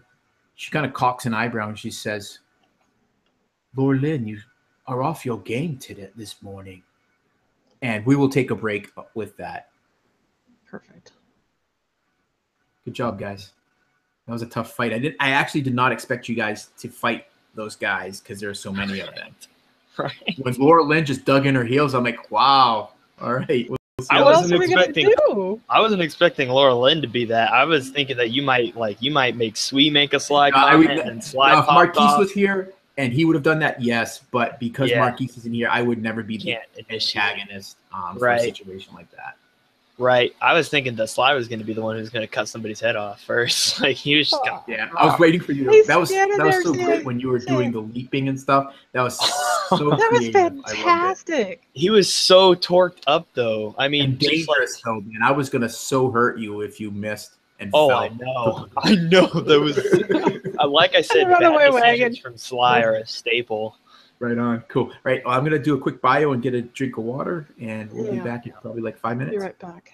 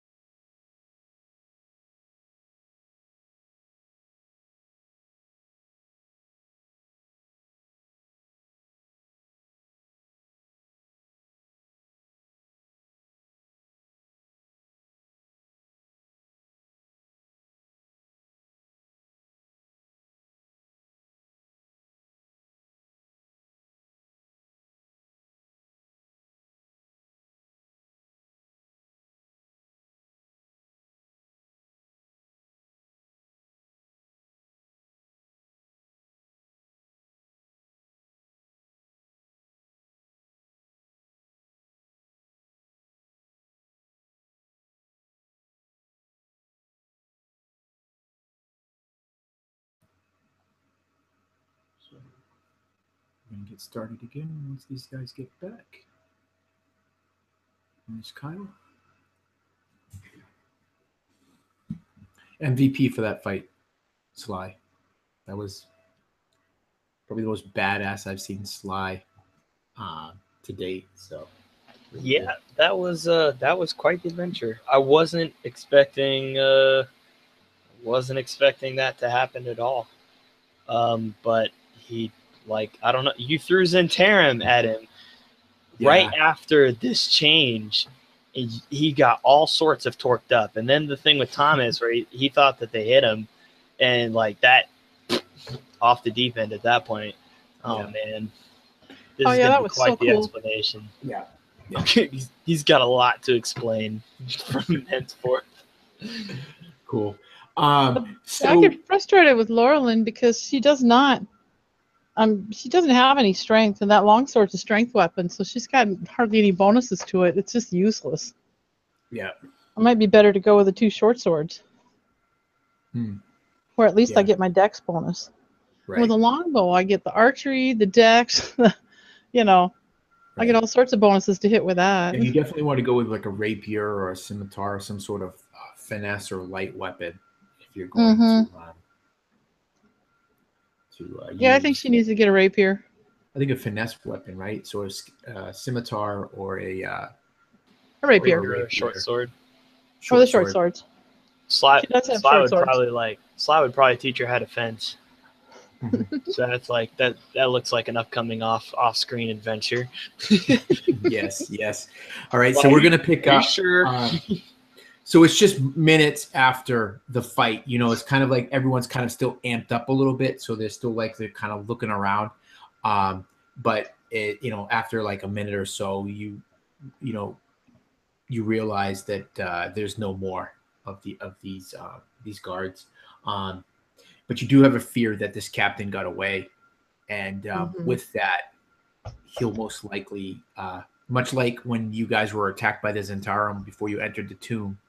I believe that guard captain got away. You guys are creating that's starting to become a pattern. You're letting these leaders get away. You let the black bitch get away. Somehow I've got to get out of melee range from these leaders so I can use my bow effectively. Right. Well, you guys got to or get a better weapon. You guys got to recruit another a heavy, someone that we need to steel. We got to get some peel for our ranger. Yeah. Right, so we need to collect up Sly and Honey and maybe do some healing and see if I can catch one of those loose horses or two. Yeah. So Sui, those horses are pretty much gone. They've all kind of disintegrated. So Sui hands the reins to you, and you kind of bring the cart back around, and you pick up a very exhausted Sly. You can hear Thomas. He kind of peeks his little head up, and he's like, "Is it over? Are they all gone?" And thankfully, I think Thomas missed most of the real action. In other words, Sly blowing up horses and men. So he didn't really see that as he was kind of hunkering down in the back of the cart. Yeah, I'd like to think he was hiding.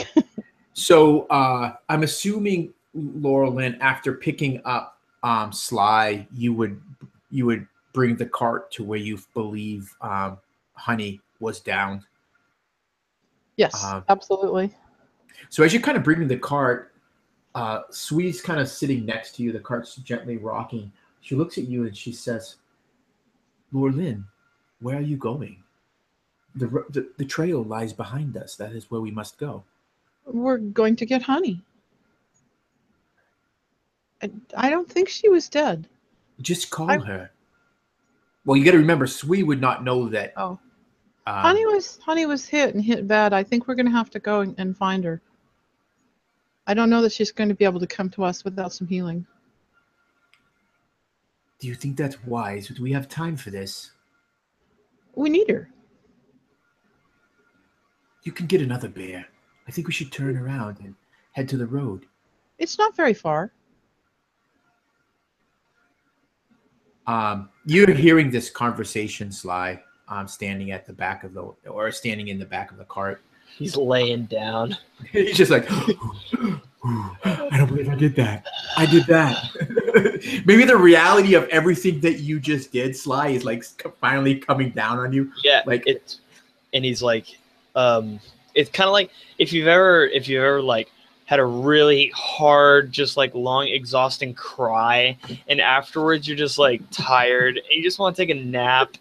That's Sly. Like he just wants to go to sleep. He's like, you guys. God. It's almost like the comic relief of that tense situation, Laura Lynn and Sui, as you hear this snore coming from the back of the cart,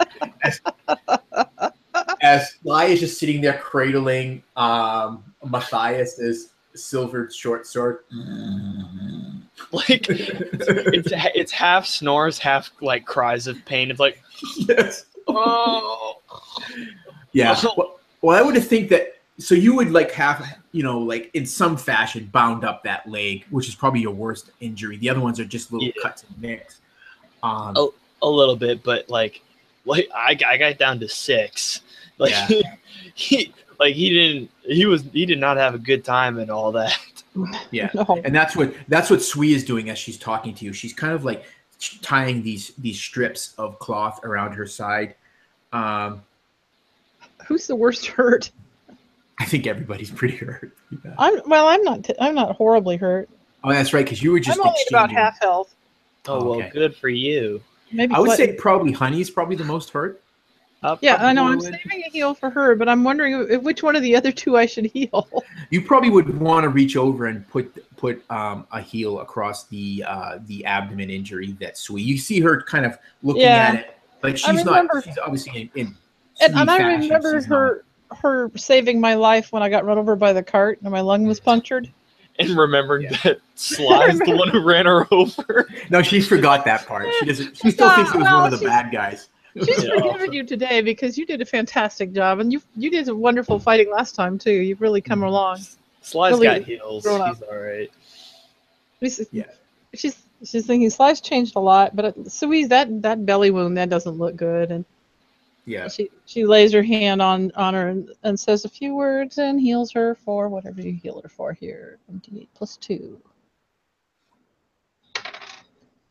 6 points, which isn't a whole lot, but. Yep, that's okay. You definitely see the wound start to close up, and the light kind of spreads out and looks much better. Because Sly's beat up, but he doesn't have like a big wound like that, Yeah. Sui smiles at you and nods as you do that. And Laura Lynn kind of wonders if Sly actually feels anything, but she appreciates the effort anyway. Yeah. Yeah, you do. You see no emotion behind the smile. She smiles at you, and she thanks you for doing that. And she says again, I still think it is not wise, Laura Lynn, for us to go back for the bear. It is just a beast. You can find another. But not quickly. It can take a long time to find a good bear. They're not like everywhere. And I know you don't understand, but Honey and I are attached. So you will kill us all to save your bear? We're not going to kill us all to save the bear. Did I kill us all to save the boy? She kind of looks back over the seat at the boy, who's just kind of looking at Sly. He's kind of in this mid-fit range of he's like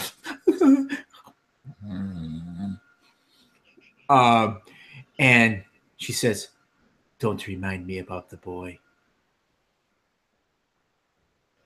And so you still drive to find Honey, and you find her. She's like in this bloody heap of fur. Well, this heap of fur and blood. You can see where several of the spears have pierced her. You can see that she has ragged. Her breath is she's breathing, but it's shallowed. Yeah, and she's definitely. And you can see that she's kind of, the injuries have kind of coagulated, to use the blood. Yeah. But I quickly kind of like remove anything that's stuck in her. Yeah, nothing is stuck in her. They drove the spears. I just kind of put some pressure on the worst ones, and as I lay my hand on her, I also say, say a few quiet words and cast Cure Light Wounds on her, and she gets 7 points of healing from it. Yeah. So as your magic kind of courses through the worst injuries, the magic starts to knit the flesh back together, and you see she kind of stirs, and she looks a little groggy as she kind of shakily gets up on all fours, and she turns and looks at you, and she gives you one of those nuzzles, like a headbutt. Boom. Yeah, and I When give she her a big sees hug you. around her neck and scratch her Right. ears for a second. And you hear this. Good, honey, you did a You hear wonderful. this. Yeah. You hear from the cart. You hear Good job. Sweet say, "Are you done now?" Oh, hush. I imagine if Sui knew how to effectively drive a cart, she probably would have driven off by now. But knowing that she has no skill in driving this cart, she grudgingly waits for you. And Sly sound asleep, and Thomas is no driver. Yes. And you hear Thomas is kind of leaning up over, and he's like, "Laura Lynn, is Honey gonna be okay?"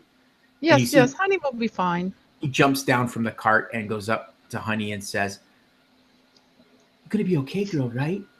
And he kind of just nuzzles, or just kind of runs his little fingers through her fur. You're going to be able to keep up, honey? We need to travel. Yeah. You could probably have her crawl up into the back of the cart. And she keeps Sly and Thomas warm. Yeah. Yeah. And Thomas would probably like that. Yeah, You could have Thomas sent would be Thomas comforted. that. I'll keep an eye on her, Laura Lynn. I'll make sure that she'll be Okay, fine. you let me know how she's doing. Okay. And I hop up. We all get on the Great. cart and head out, I guess. Yeah, so she kind of climbs up into the thing, and she kind of nudges Sly away. I was So going to she say, can, how's Sly doing with that? yeah, have space. And yeah, so they just nuzzle all in each other. It's between Sly, Thomas, and Honey. Sly used to be afraid of her, but Sly's grown up a lot here. He's a lot tougher than he was. I don't know if Sly was conscious, if he'd still be afraid of her or not, but we won't. Oh, that's we'll true. I find forgot he out was sound later. asleep. Yeah, he's so now Sly's kind of like between the wall of the wagon and Honey. Just But he's warm. he's quite warm as he's sandwiched between these two entities. He's probably got like his lute and his sheathed short sword. Just Yeah. Every once in a while, some of Honey's hair gets in your mouth. You're like, While I'm driving, can they take? While I'm driving, can they take a short rest? oh, you definitely can take a short rest for sure. Yeah. yes. So you get any benefits that you would get from a short rest. You can take a hit die if you have a hit die left to regain some of your I health. should have a hit die. So yeah, you kind of backtrack and get back and get onto the trail, the Tethamir Trail, and start heading south towards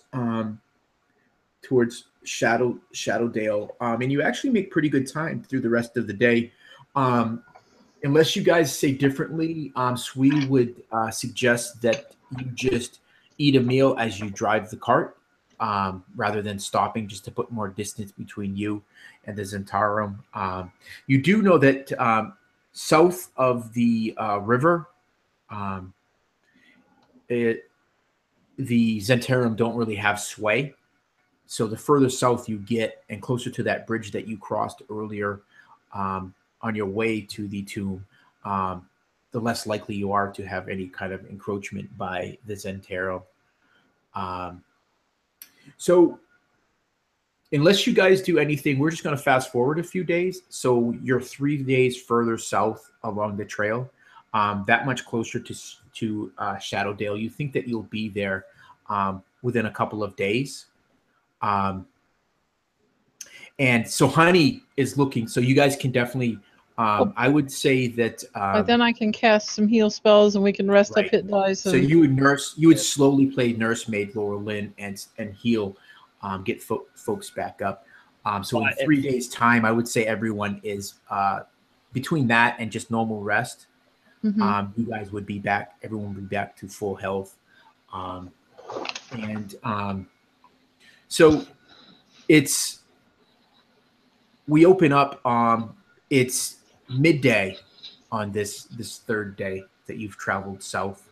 The day before, you had crossed this bridge and made camp maybe an hour south of there. And now you're traveling, and you remember on your travel north that that you were warned of goblins. And you remember that this is the area that are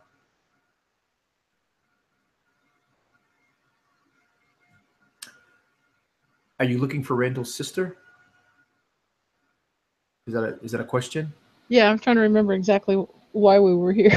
Right. It's been Well, a while. Randall does have a sister, but if you remember, Leo had asked that you find the sword and Randall, because Randall is the direct descendant and rightful ruler of Daggerdale, which was once called Marydale.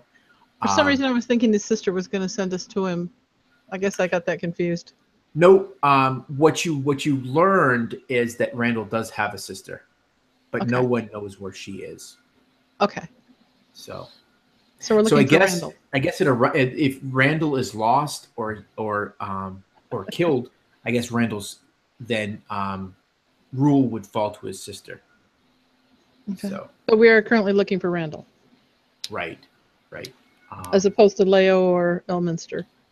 No, Leo is Elminster's scribe. He's the one that quested you to find the sword, and Randall. I remember my that. understanding was you guys were heading back to Shadowdale to return to give the sword to Leo, and maybe kind of bring him up to speed with what had happened. Because if you remember, you were promised a reward of deeded lands in and around Shadowdale, which is like our main driving point. Right. Okay. So as you're riding along, so now at this point, Honey is no longer riding in the cart, or is she still riding in the cart? Oh, she shouldn't need to ride in the cart after some rest and a couple more heal spells. Okay. She should be up to snuff. So you ride through the rest of this day. It's cloudy. It's cooler. And it happens, it's pretty much passes without any real and you make anything really exciting happen. You pass some travelers along the road, some heading north. A rider on a horse passes you quickly heading south, but he pays you no mind as he rides by. He's pretty nondescript, just cloaked and wearing simple traveling clothes. You see no markings on him that would mark him as an agent of the Zentarum. Who or what he is. I would ask Sly though, what if he can tell anything about it, if he has any ideas, because I know he's really sensitive to the Zentarum thing. Oh yeah. Like right. He might catch something I would miss. Yeah. Oh, you mean Sly? Yeah. Yeah. No, Sly doesn't see anything that any kind of markings that would mark this rider. He's just probably a rider, probably making some good time. So you guys make camp on this fourth day. So you're probably about a day out now from Shadowdale. So what does camp usually look like for you guys as the four of you settle down? Or I should say five, because I want to include Honey. As the five of you guys settle down for a camp. Right, because Honey could be a pretty good watchdog. Yep. Because Honey would have, I believe, advantage on her smell and hear, right? Yes. Perception rolls. Perception, yeah, smell and hearing. Yep. So she definitely would be part, I think, of any kind of watch that you guys set up. Probably I would say she and I would take watch together, but I don't know, as a wood elf, I can probably pretty much watch what's going on anyway. Right, because you're just able to go into this trance where you're not truly fully asleep. But what I really mean is, what is camp like? When I think of you three adventurers and this little boy, who's like 5 or 6 year old boy, Thomas, what does it look like as you guys are kind of so close? You guys know you're close now to Shadowdale. You probably are thinking, very unlikely that there's any threats now. Any threats from the Zentarum, you're pretty sure. One of the other things that you would have is you would have encountered a patrol from Shadowdale, some of the Shadowdale's men, um, and so I'm certain that you guys would have shared your run-in with the Zentarum, and that would of course elicit well, we don't want, we're always watchful of their kind around here. Maybe some thank yous, because I know you guys rooted out several agents of the Zentarum while you were in Shadowdale. But so yeah, you're feeling like much more at ease. So what does that look like? What do you guys talk about, if anything? Or is it like this awkward kind of silence where everyone just kind of does their own little thing, has their own little meal, some little pleasantries are like, well, thank you for cooking that, or that was really well prepared. What sort of bird was that? Obviously Thomas is acting like a 5-year-old, asks a lot of questions and is very friendly with you, Laura Lynn, and obviously Honey, and I don't know if Sly, is he friendly with you? I mean, he's definitely not with Sui. Yeah, I mean, I would imagine with Sly, like Laura Lynn, kind of like as a motherly figure, and Sly more of like a friend, right, sort of a deal. And Sly like plays songs for him and whatnot. And, he kind of he'll kind of like do some like kind of what's the word I'm trying to say? I guess like childish prancing about every now and again, because they're like similar in size, so he wouldn't really look up to Sly per se. But I mean, Sly kind of like gets his inner kid with him. Yeah, right. So you like entertain him. I can see when Sly's doing music and they're dancing, that the bear's gonna dance with them. Yeah, she's like doing those things where she's like hopping like those Russian dancing bears, Be like Blue from the Jungle Book. Yes. Maybe not go like that. And oh my gosh, she would play with him, because I could just this is, and I could just see Sui would be like such sweet energy. Sui's just watching this, and Honey is like being Baloo, just like like walking around, and Thomas is like Mowgli, and Sly's just following around like playing on his lute, like. And Laura Lynn's basically like keeping the fire up, and she's giving the oxen a brush and some grass, and nice. I love it. It's like so he's just sitting there. She's just like Sui's first circle of hell. Like she's just like, oh my god. Yeah.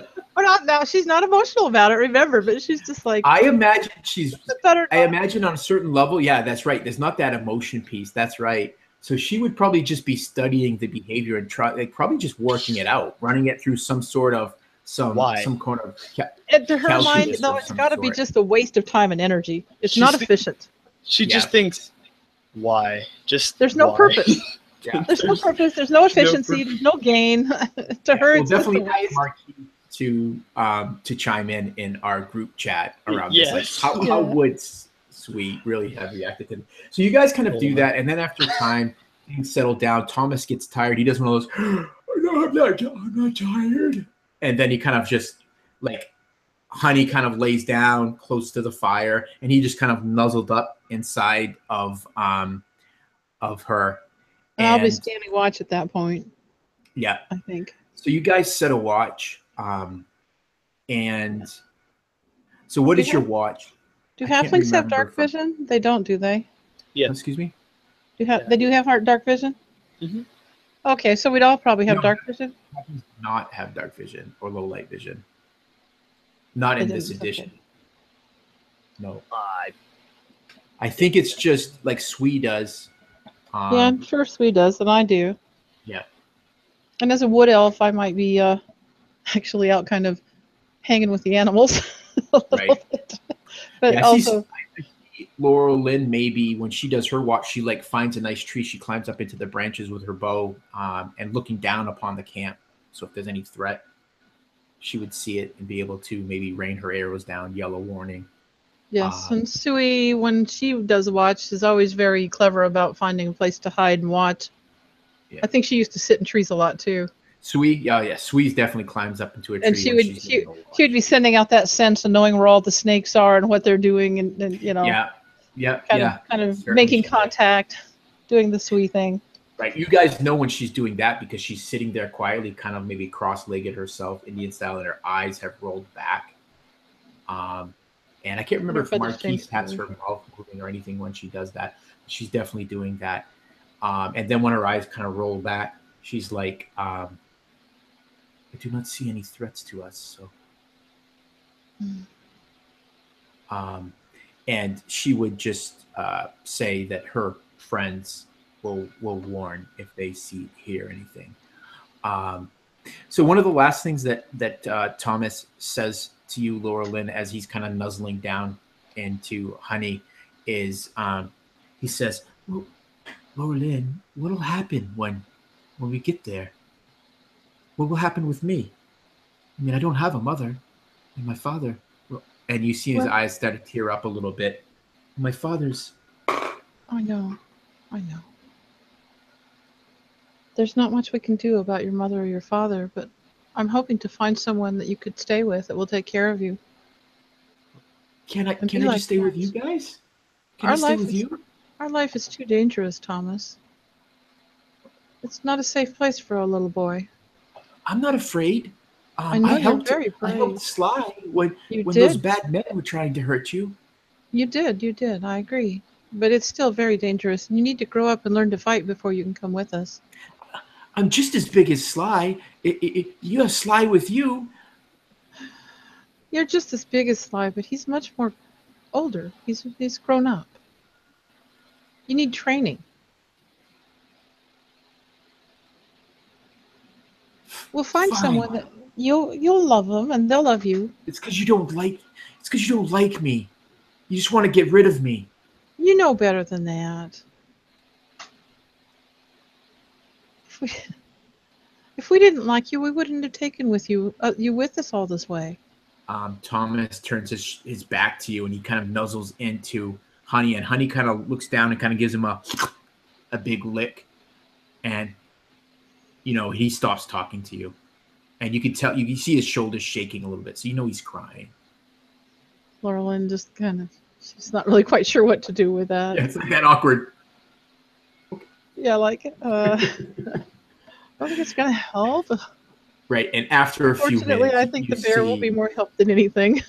And after a few minutes, you see the kind of the shakes, the crying stops, and he's just like slow, measured breaths of the boy being asleep. Sui is sitting by the fire with you, Sly, while this is happening. She looks at you and she says, interesting. And, so we will be free of this boy, it would seem, when we get to Shadowdale. I have feared that Laura Lynn had become attached to him, and we would have him always on our heels. Sly kind of he's tuning his lute a little bit, and he kind of like he looks over in their direction and he looks back at Sui, and he's still kind of like, I guess he's still not like fully recovered like mentally from all that that whole roller coaster of emotions that he went through during that last fight, and he's just like, I wouldn't be so sure, and just kind of keeps tuning. Right. All right. So, Laura Lynn, give me a perception check, and Sly, give me a perception check.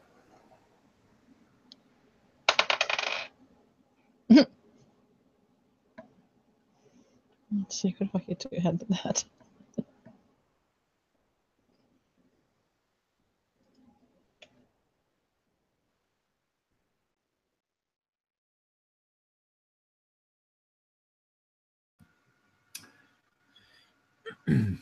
All right. So while you're doing your watch, Sly, you hear a couple of noises, but it just seems to be small woodland creatures in the trees along the edge of this road where you guys have made camp. And Laura Lynn, it's early morning when you're kind of startled. You see Honey kind of move from her resting spot. And it's that point that you notice that Thomas is not there. And you see Honey kind of looking around. Hmm? And she's kind of sniffing at the ground, like where Thomas was laying up against her. So, kind of quickly, Laura Lynn goes over and shakes Sly. She's like, Sly, Thomas seems to have left. I want to go see if we can find him. Honey, I think Honey can track him. And when she shakes him, he starts awake, and he goes, and he sits up really quick, and he's what? Oh, wow. Oh, what? What'd you say? Thomas seems to have left. He's not here. Oh, where'd he go? You sure he's not just taking a leak? Well, Honey's looking for him, like she's concerned. Very practical. maybe we ought to send her to see. Because that's the first thing on his mind. He's like, I gotta take a leak. Sly's like 1 minute on the tracking thing, runs off behind the bush. I gotta put my headphones in. Hold on. Yeah, Sly would probably. I mean, he might overreact a little bit almost. He's kind of what? He's gone. Well, where'd he go? He doesn't know his way back. I know. I don't know what he's doing. All right. And he kind of like gets up and he's looking around like he's like patting himself down like where's all my stuff, and then he's he starts like he starts strapping up like real quick. He's like, well, let's go. Come on, we have to find him. I think we better wake Sweet too. I don't really want to, but I think we better. So you hear Sweet say from her bedroll, "I'm awake." Don't wake me for that boy. I think Thomas may have wandered off. I think we'd better find him. But might be fairly safe for us, not so much for a little boy. And we're almost to town. Sly's gonna try and I'm gonna make a survival check and see if he can see any tracks. Yep, you definitely can. Yeah, I should probably do that too, huh? I should hope so, as the party pathfinder. Yeah, yes. You look around and all you have advantage to tracking humanoids. It's a circle of bear and boy and halfling footprints going around in a circle around the fire up against. He starts humming the tune. I think you went this way and you're walking around the fire. How far would a 19 take us? Yeah. So you got a 19? Yeah, I get advantage tracking humanoids, so. Perfect. Which kind of humanoid? Don't you have to pick? You have to pick two. No, you're supposed to pick two subspecies. Just I don't think it's. So you got to pick like human, and like human would be a subspecies. Elf would be a subspecies. Halfling would be a subspecies. Oh man, I was using that UA thing, and I don't think that actually specified. Yeah, so yeah. So it's kind of like the same hunter path in the player's handbook. You still pick two, because it would be too broad otherwise. Because there's so many things that are humanoid. Sure. Well, human is definitely one of them I would have picked. Yeah, that's a good one. I'm not sure about the other one. And you don't have to pick the other one right now because Thomas was a human, so you would definitely have that. And your favorite terrain is forest. Yeah. So that would be that. So that would also give you, because you're in your favorite terrain. Okay. Yeah, you look and you very quickly find a path created or left by the boy, and it's leading off into the woods. So what would you like to do? Are you going to follow the path? That's what I want to do. Okay. So Sui says, I will stay here with the oxen and the cart. Like, well, I know you don't know how to hook the oxen up to the cart, but perhaps you can protect them. And she would just incline her head towards you. To Laura Lynn, this seems a little weird, but it is Sui. And Sui is a little weird. Yeah.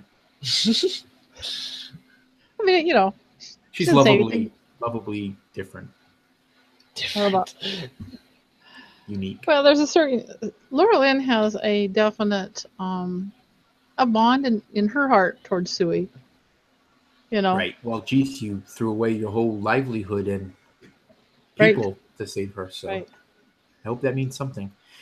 So, so yeah, Well, you as start. much as anything to stand against injustice, but So also to you save and her. Honey start tracking this trail left by Thomas.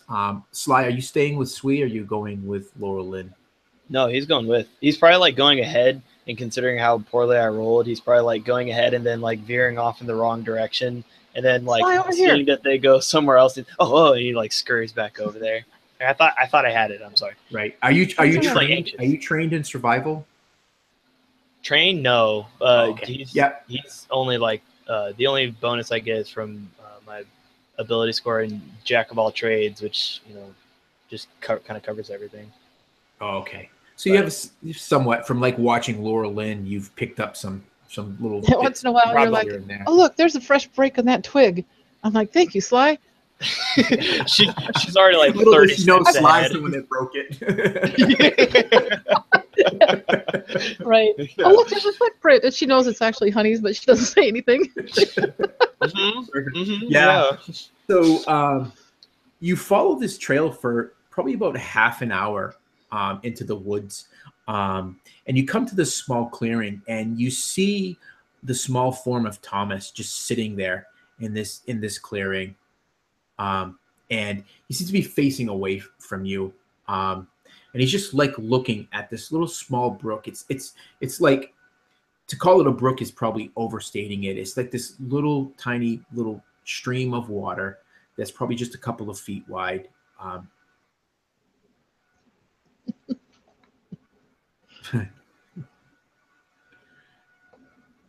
So Sly would probably like call out to him and kind of start like head towards him. Thomas, over here. Yeah, Thomas doesn't react. You're about 15, 20 feet away from him. Why you gotta mention the distance, dude? Does that make you nervous? Makes me nervous. Makes me really nervous, but it's not So Sly, so Laura Lynn's Sly's a gonna little. head over towards him. Yeah, she's a little nervous because he doesn't respond, and she's kind of extra alert. By the way, I can't be surprised in the forest. Not to You mention can't your be sword. surprised because your little swordy sword goes ping. That's true. Does my And swordy your sword go ping? Your swordy sword does not go ping. Oh, Okay. I thought you were saying that it did. Yeah, I was like, afraid you were saying it did too. I'm glad you no. remembered. No, I was just reminding Carol because she can't be surprised, but also she has this Yeah. sword that unless there's a more Ping. powerful magic that protects someone from being detected, then she's going to always get the ping. Yeah, she's paying attention to her sword.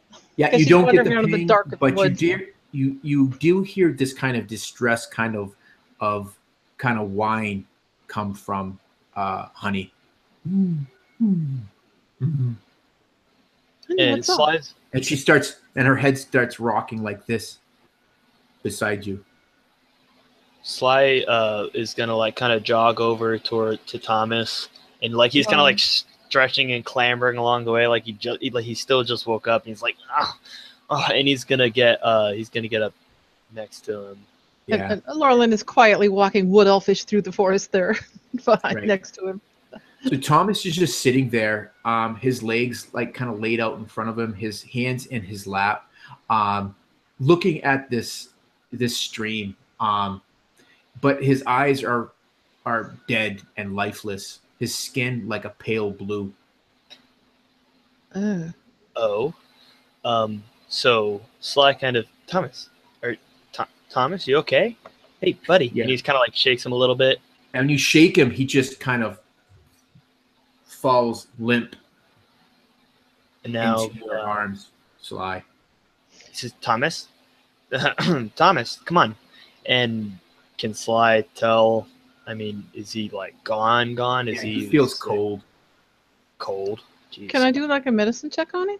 Yep. Yeah, I would do the same actually. I get 10. How exciting. I get 14. Yeah, Thomas is dead. And you would guess he's been dead for several hours. What's odd though is you can't see any like injury on him. Like there's no stab. There's no bruising from like a bludgeoning. He has no blood on him. Um, But he's but you can cold. see on his face, um, his eyes are kind of bloodshot. You know, like when you've cried a lot, Mhm.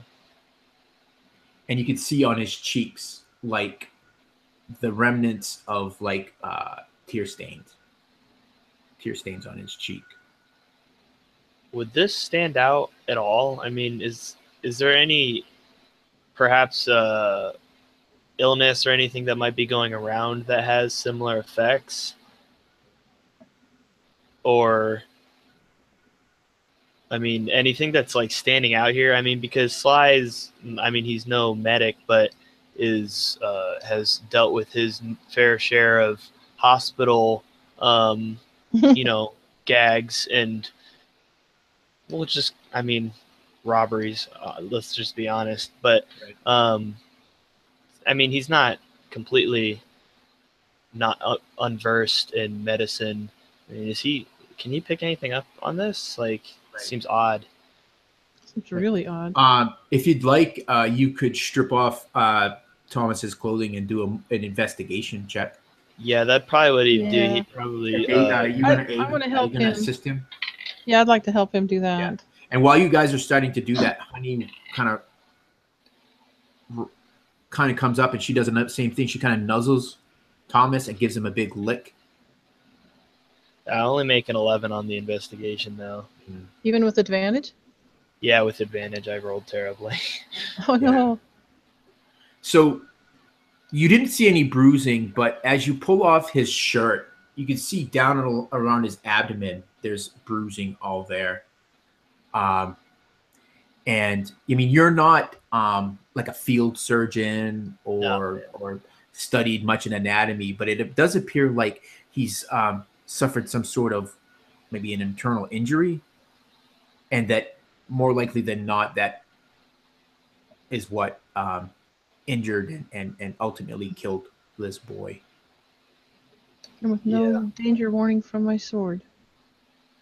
No, your sword warrants like it's like from like attacks, not those sorts of. Right, but I mean nothing attacked him or attacked us or because I Nope. would have had a warning. We're still No, around. but it wouldn't. This was hours ago, by Sly's best guess, that this boy Yeah. died. So, like it might maybe something might have. Well, if something had struck come her. and taken him out of camp that was dangerous, the sword would have woken me or let me know at the time. Right. Well, That's what I'm you thinking. tracked him to here. It did not appear like anything took him from camp. It looked like he Okay. walked. There were no other Right. tracks that you saw.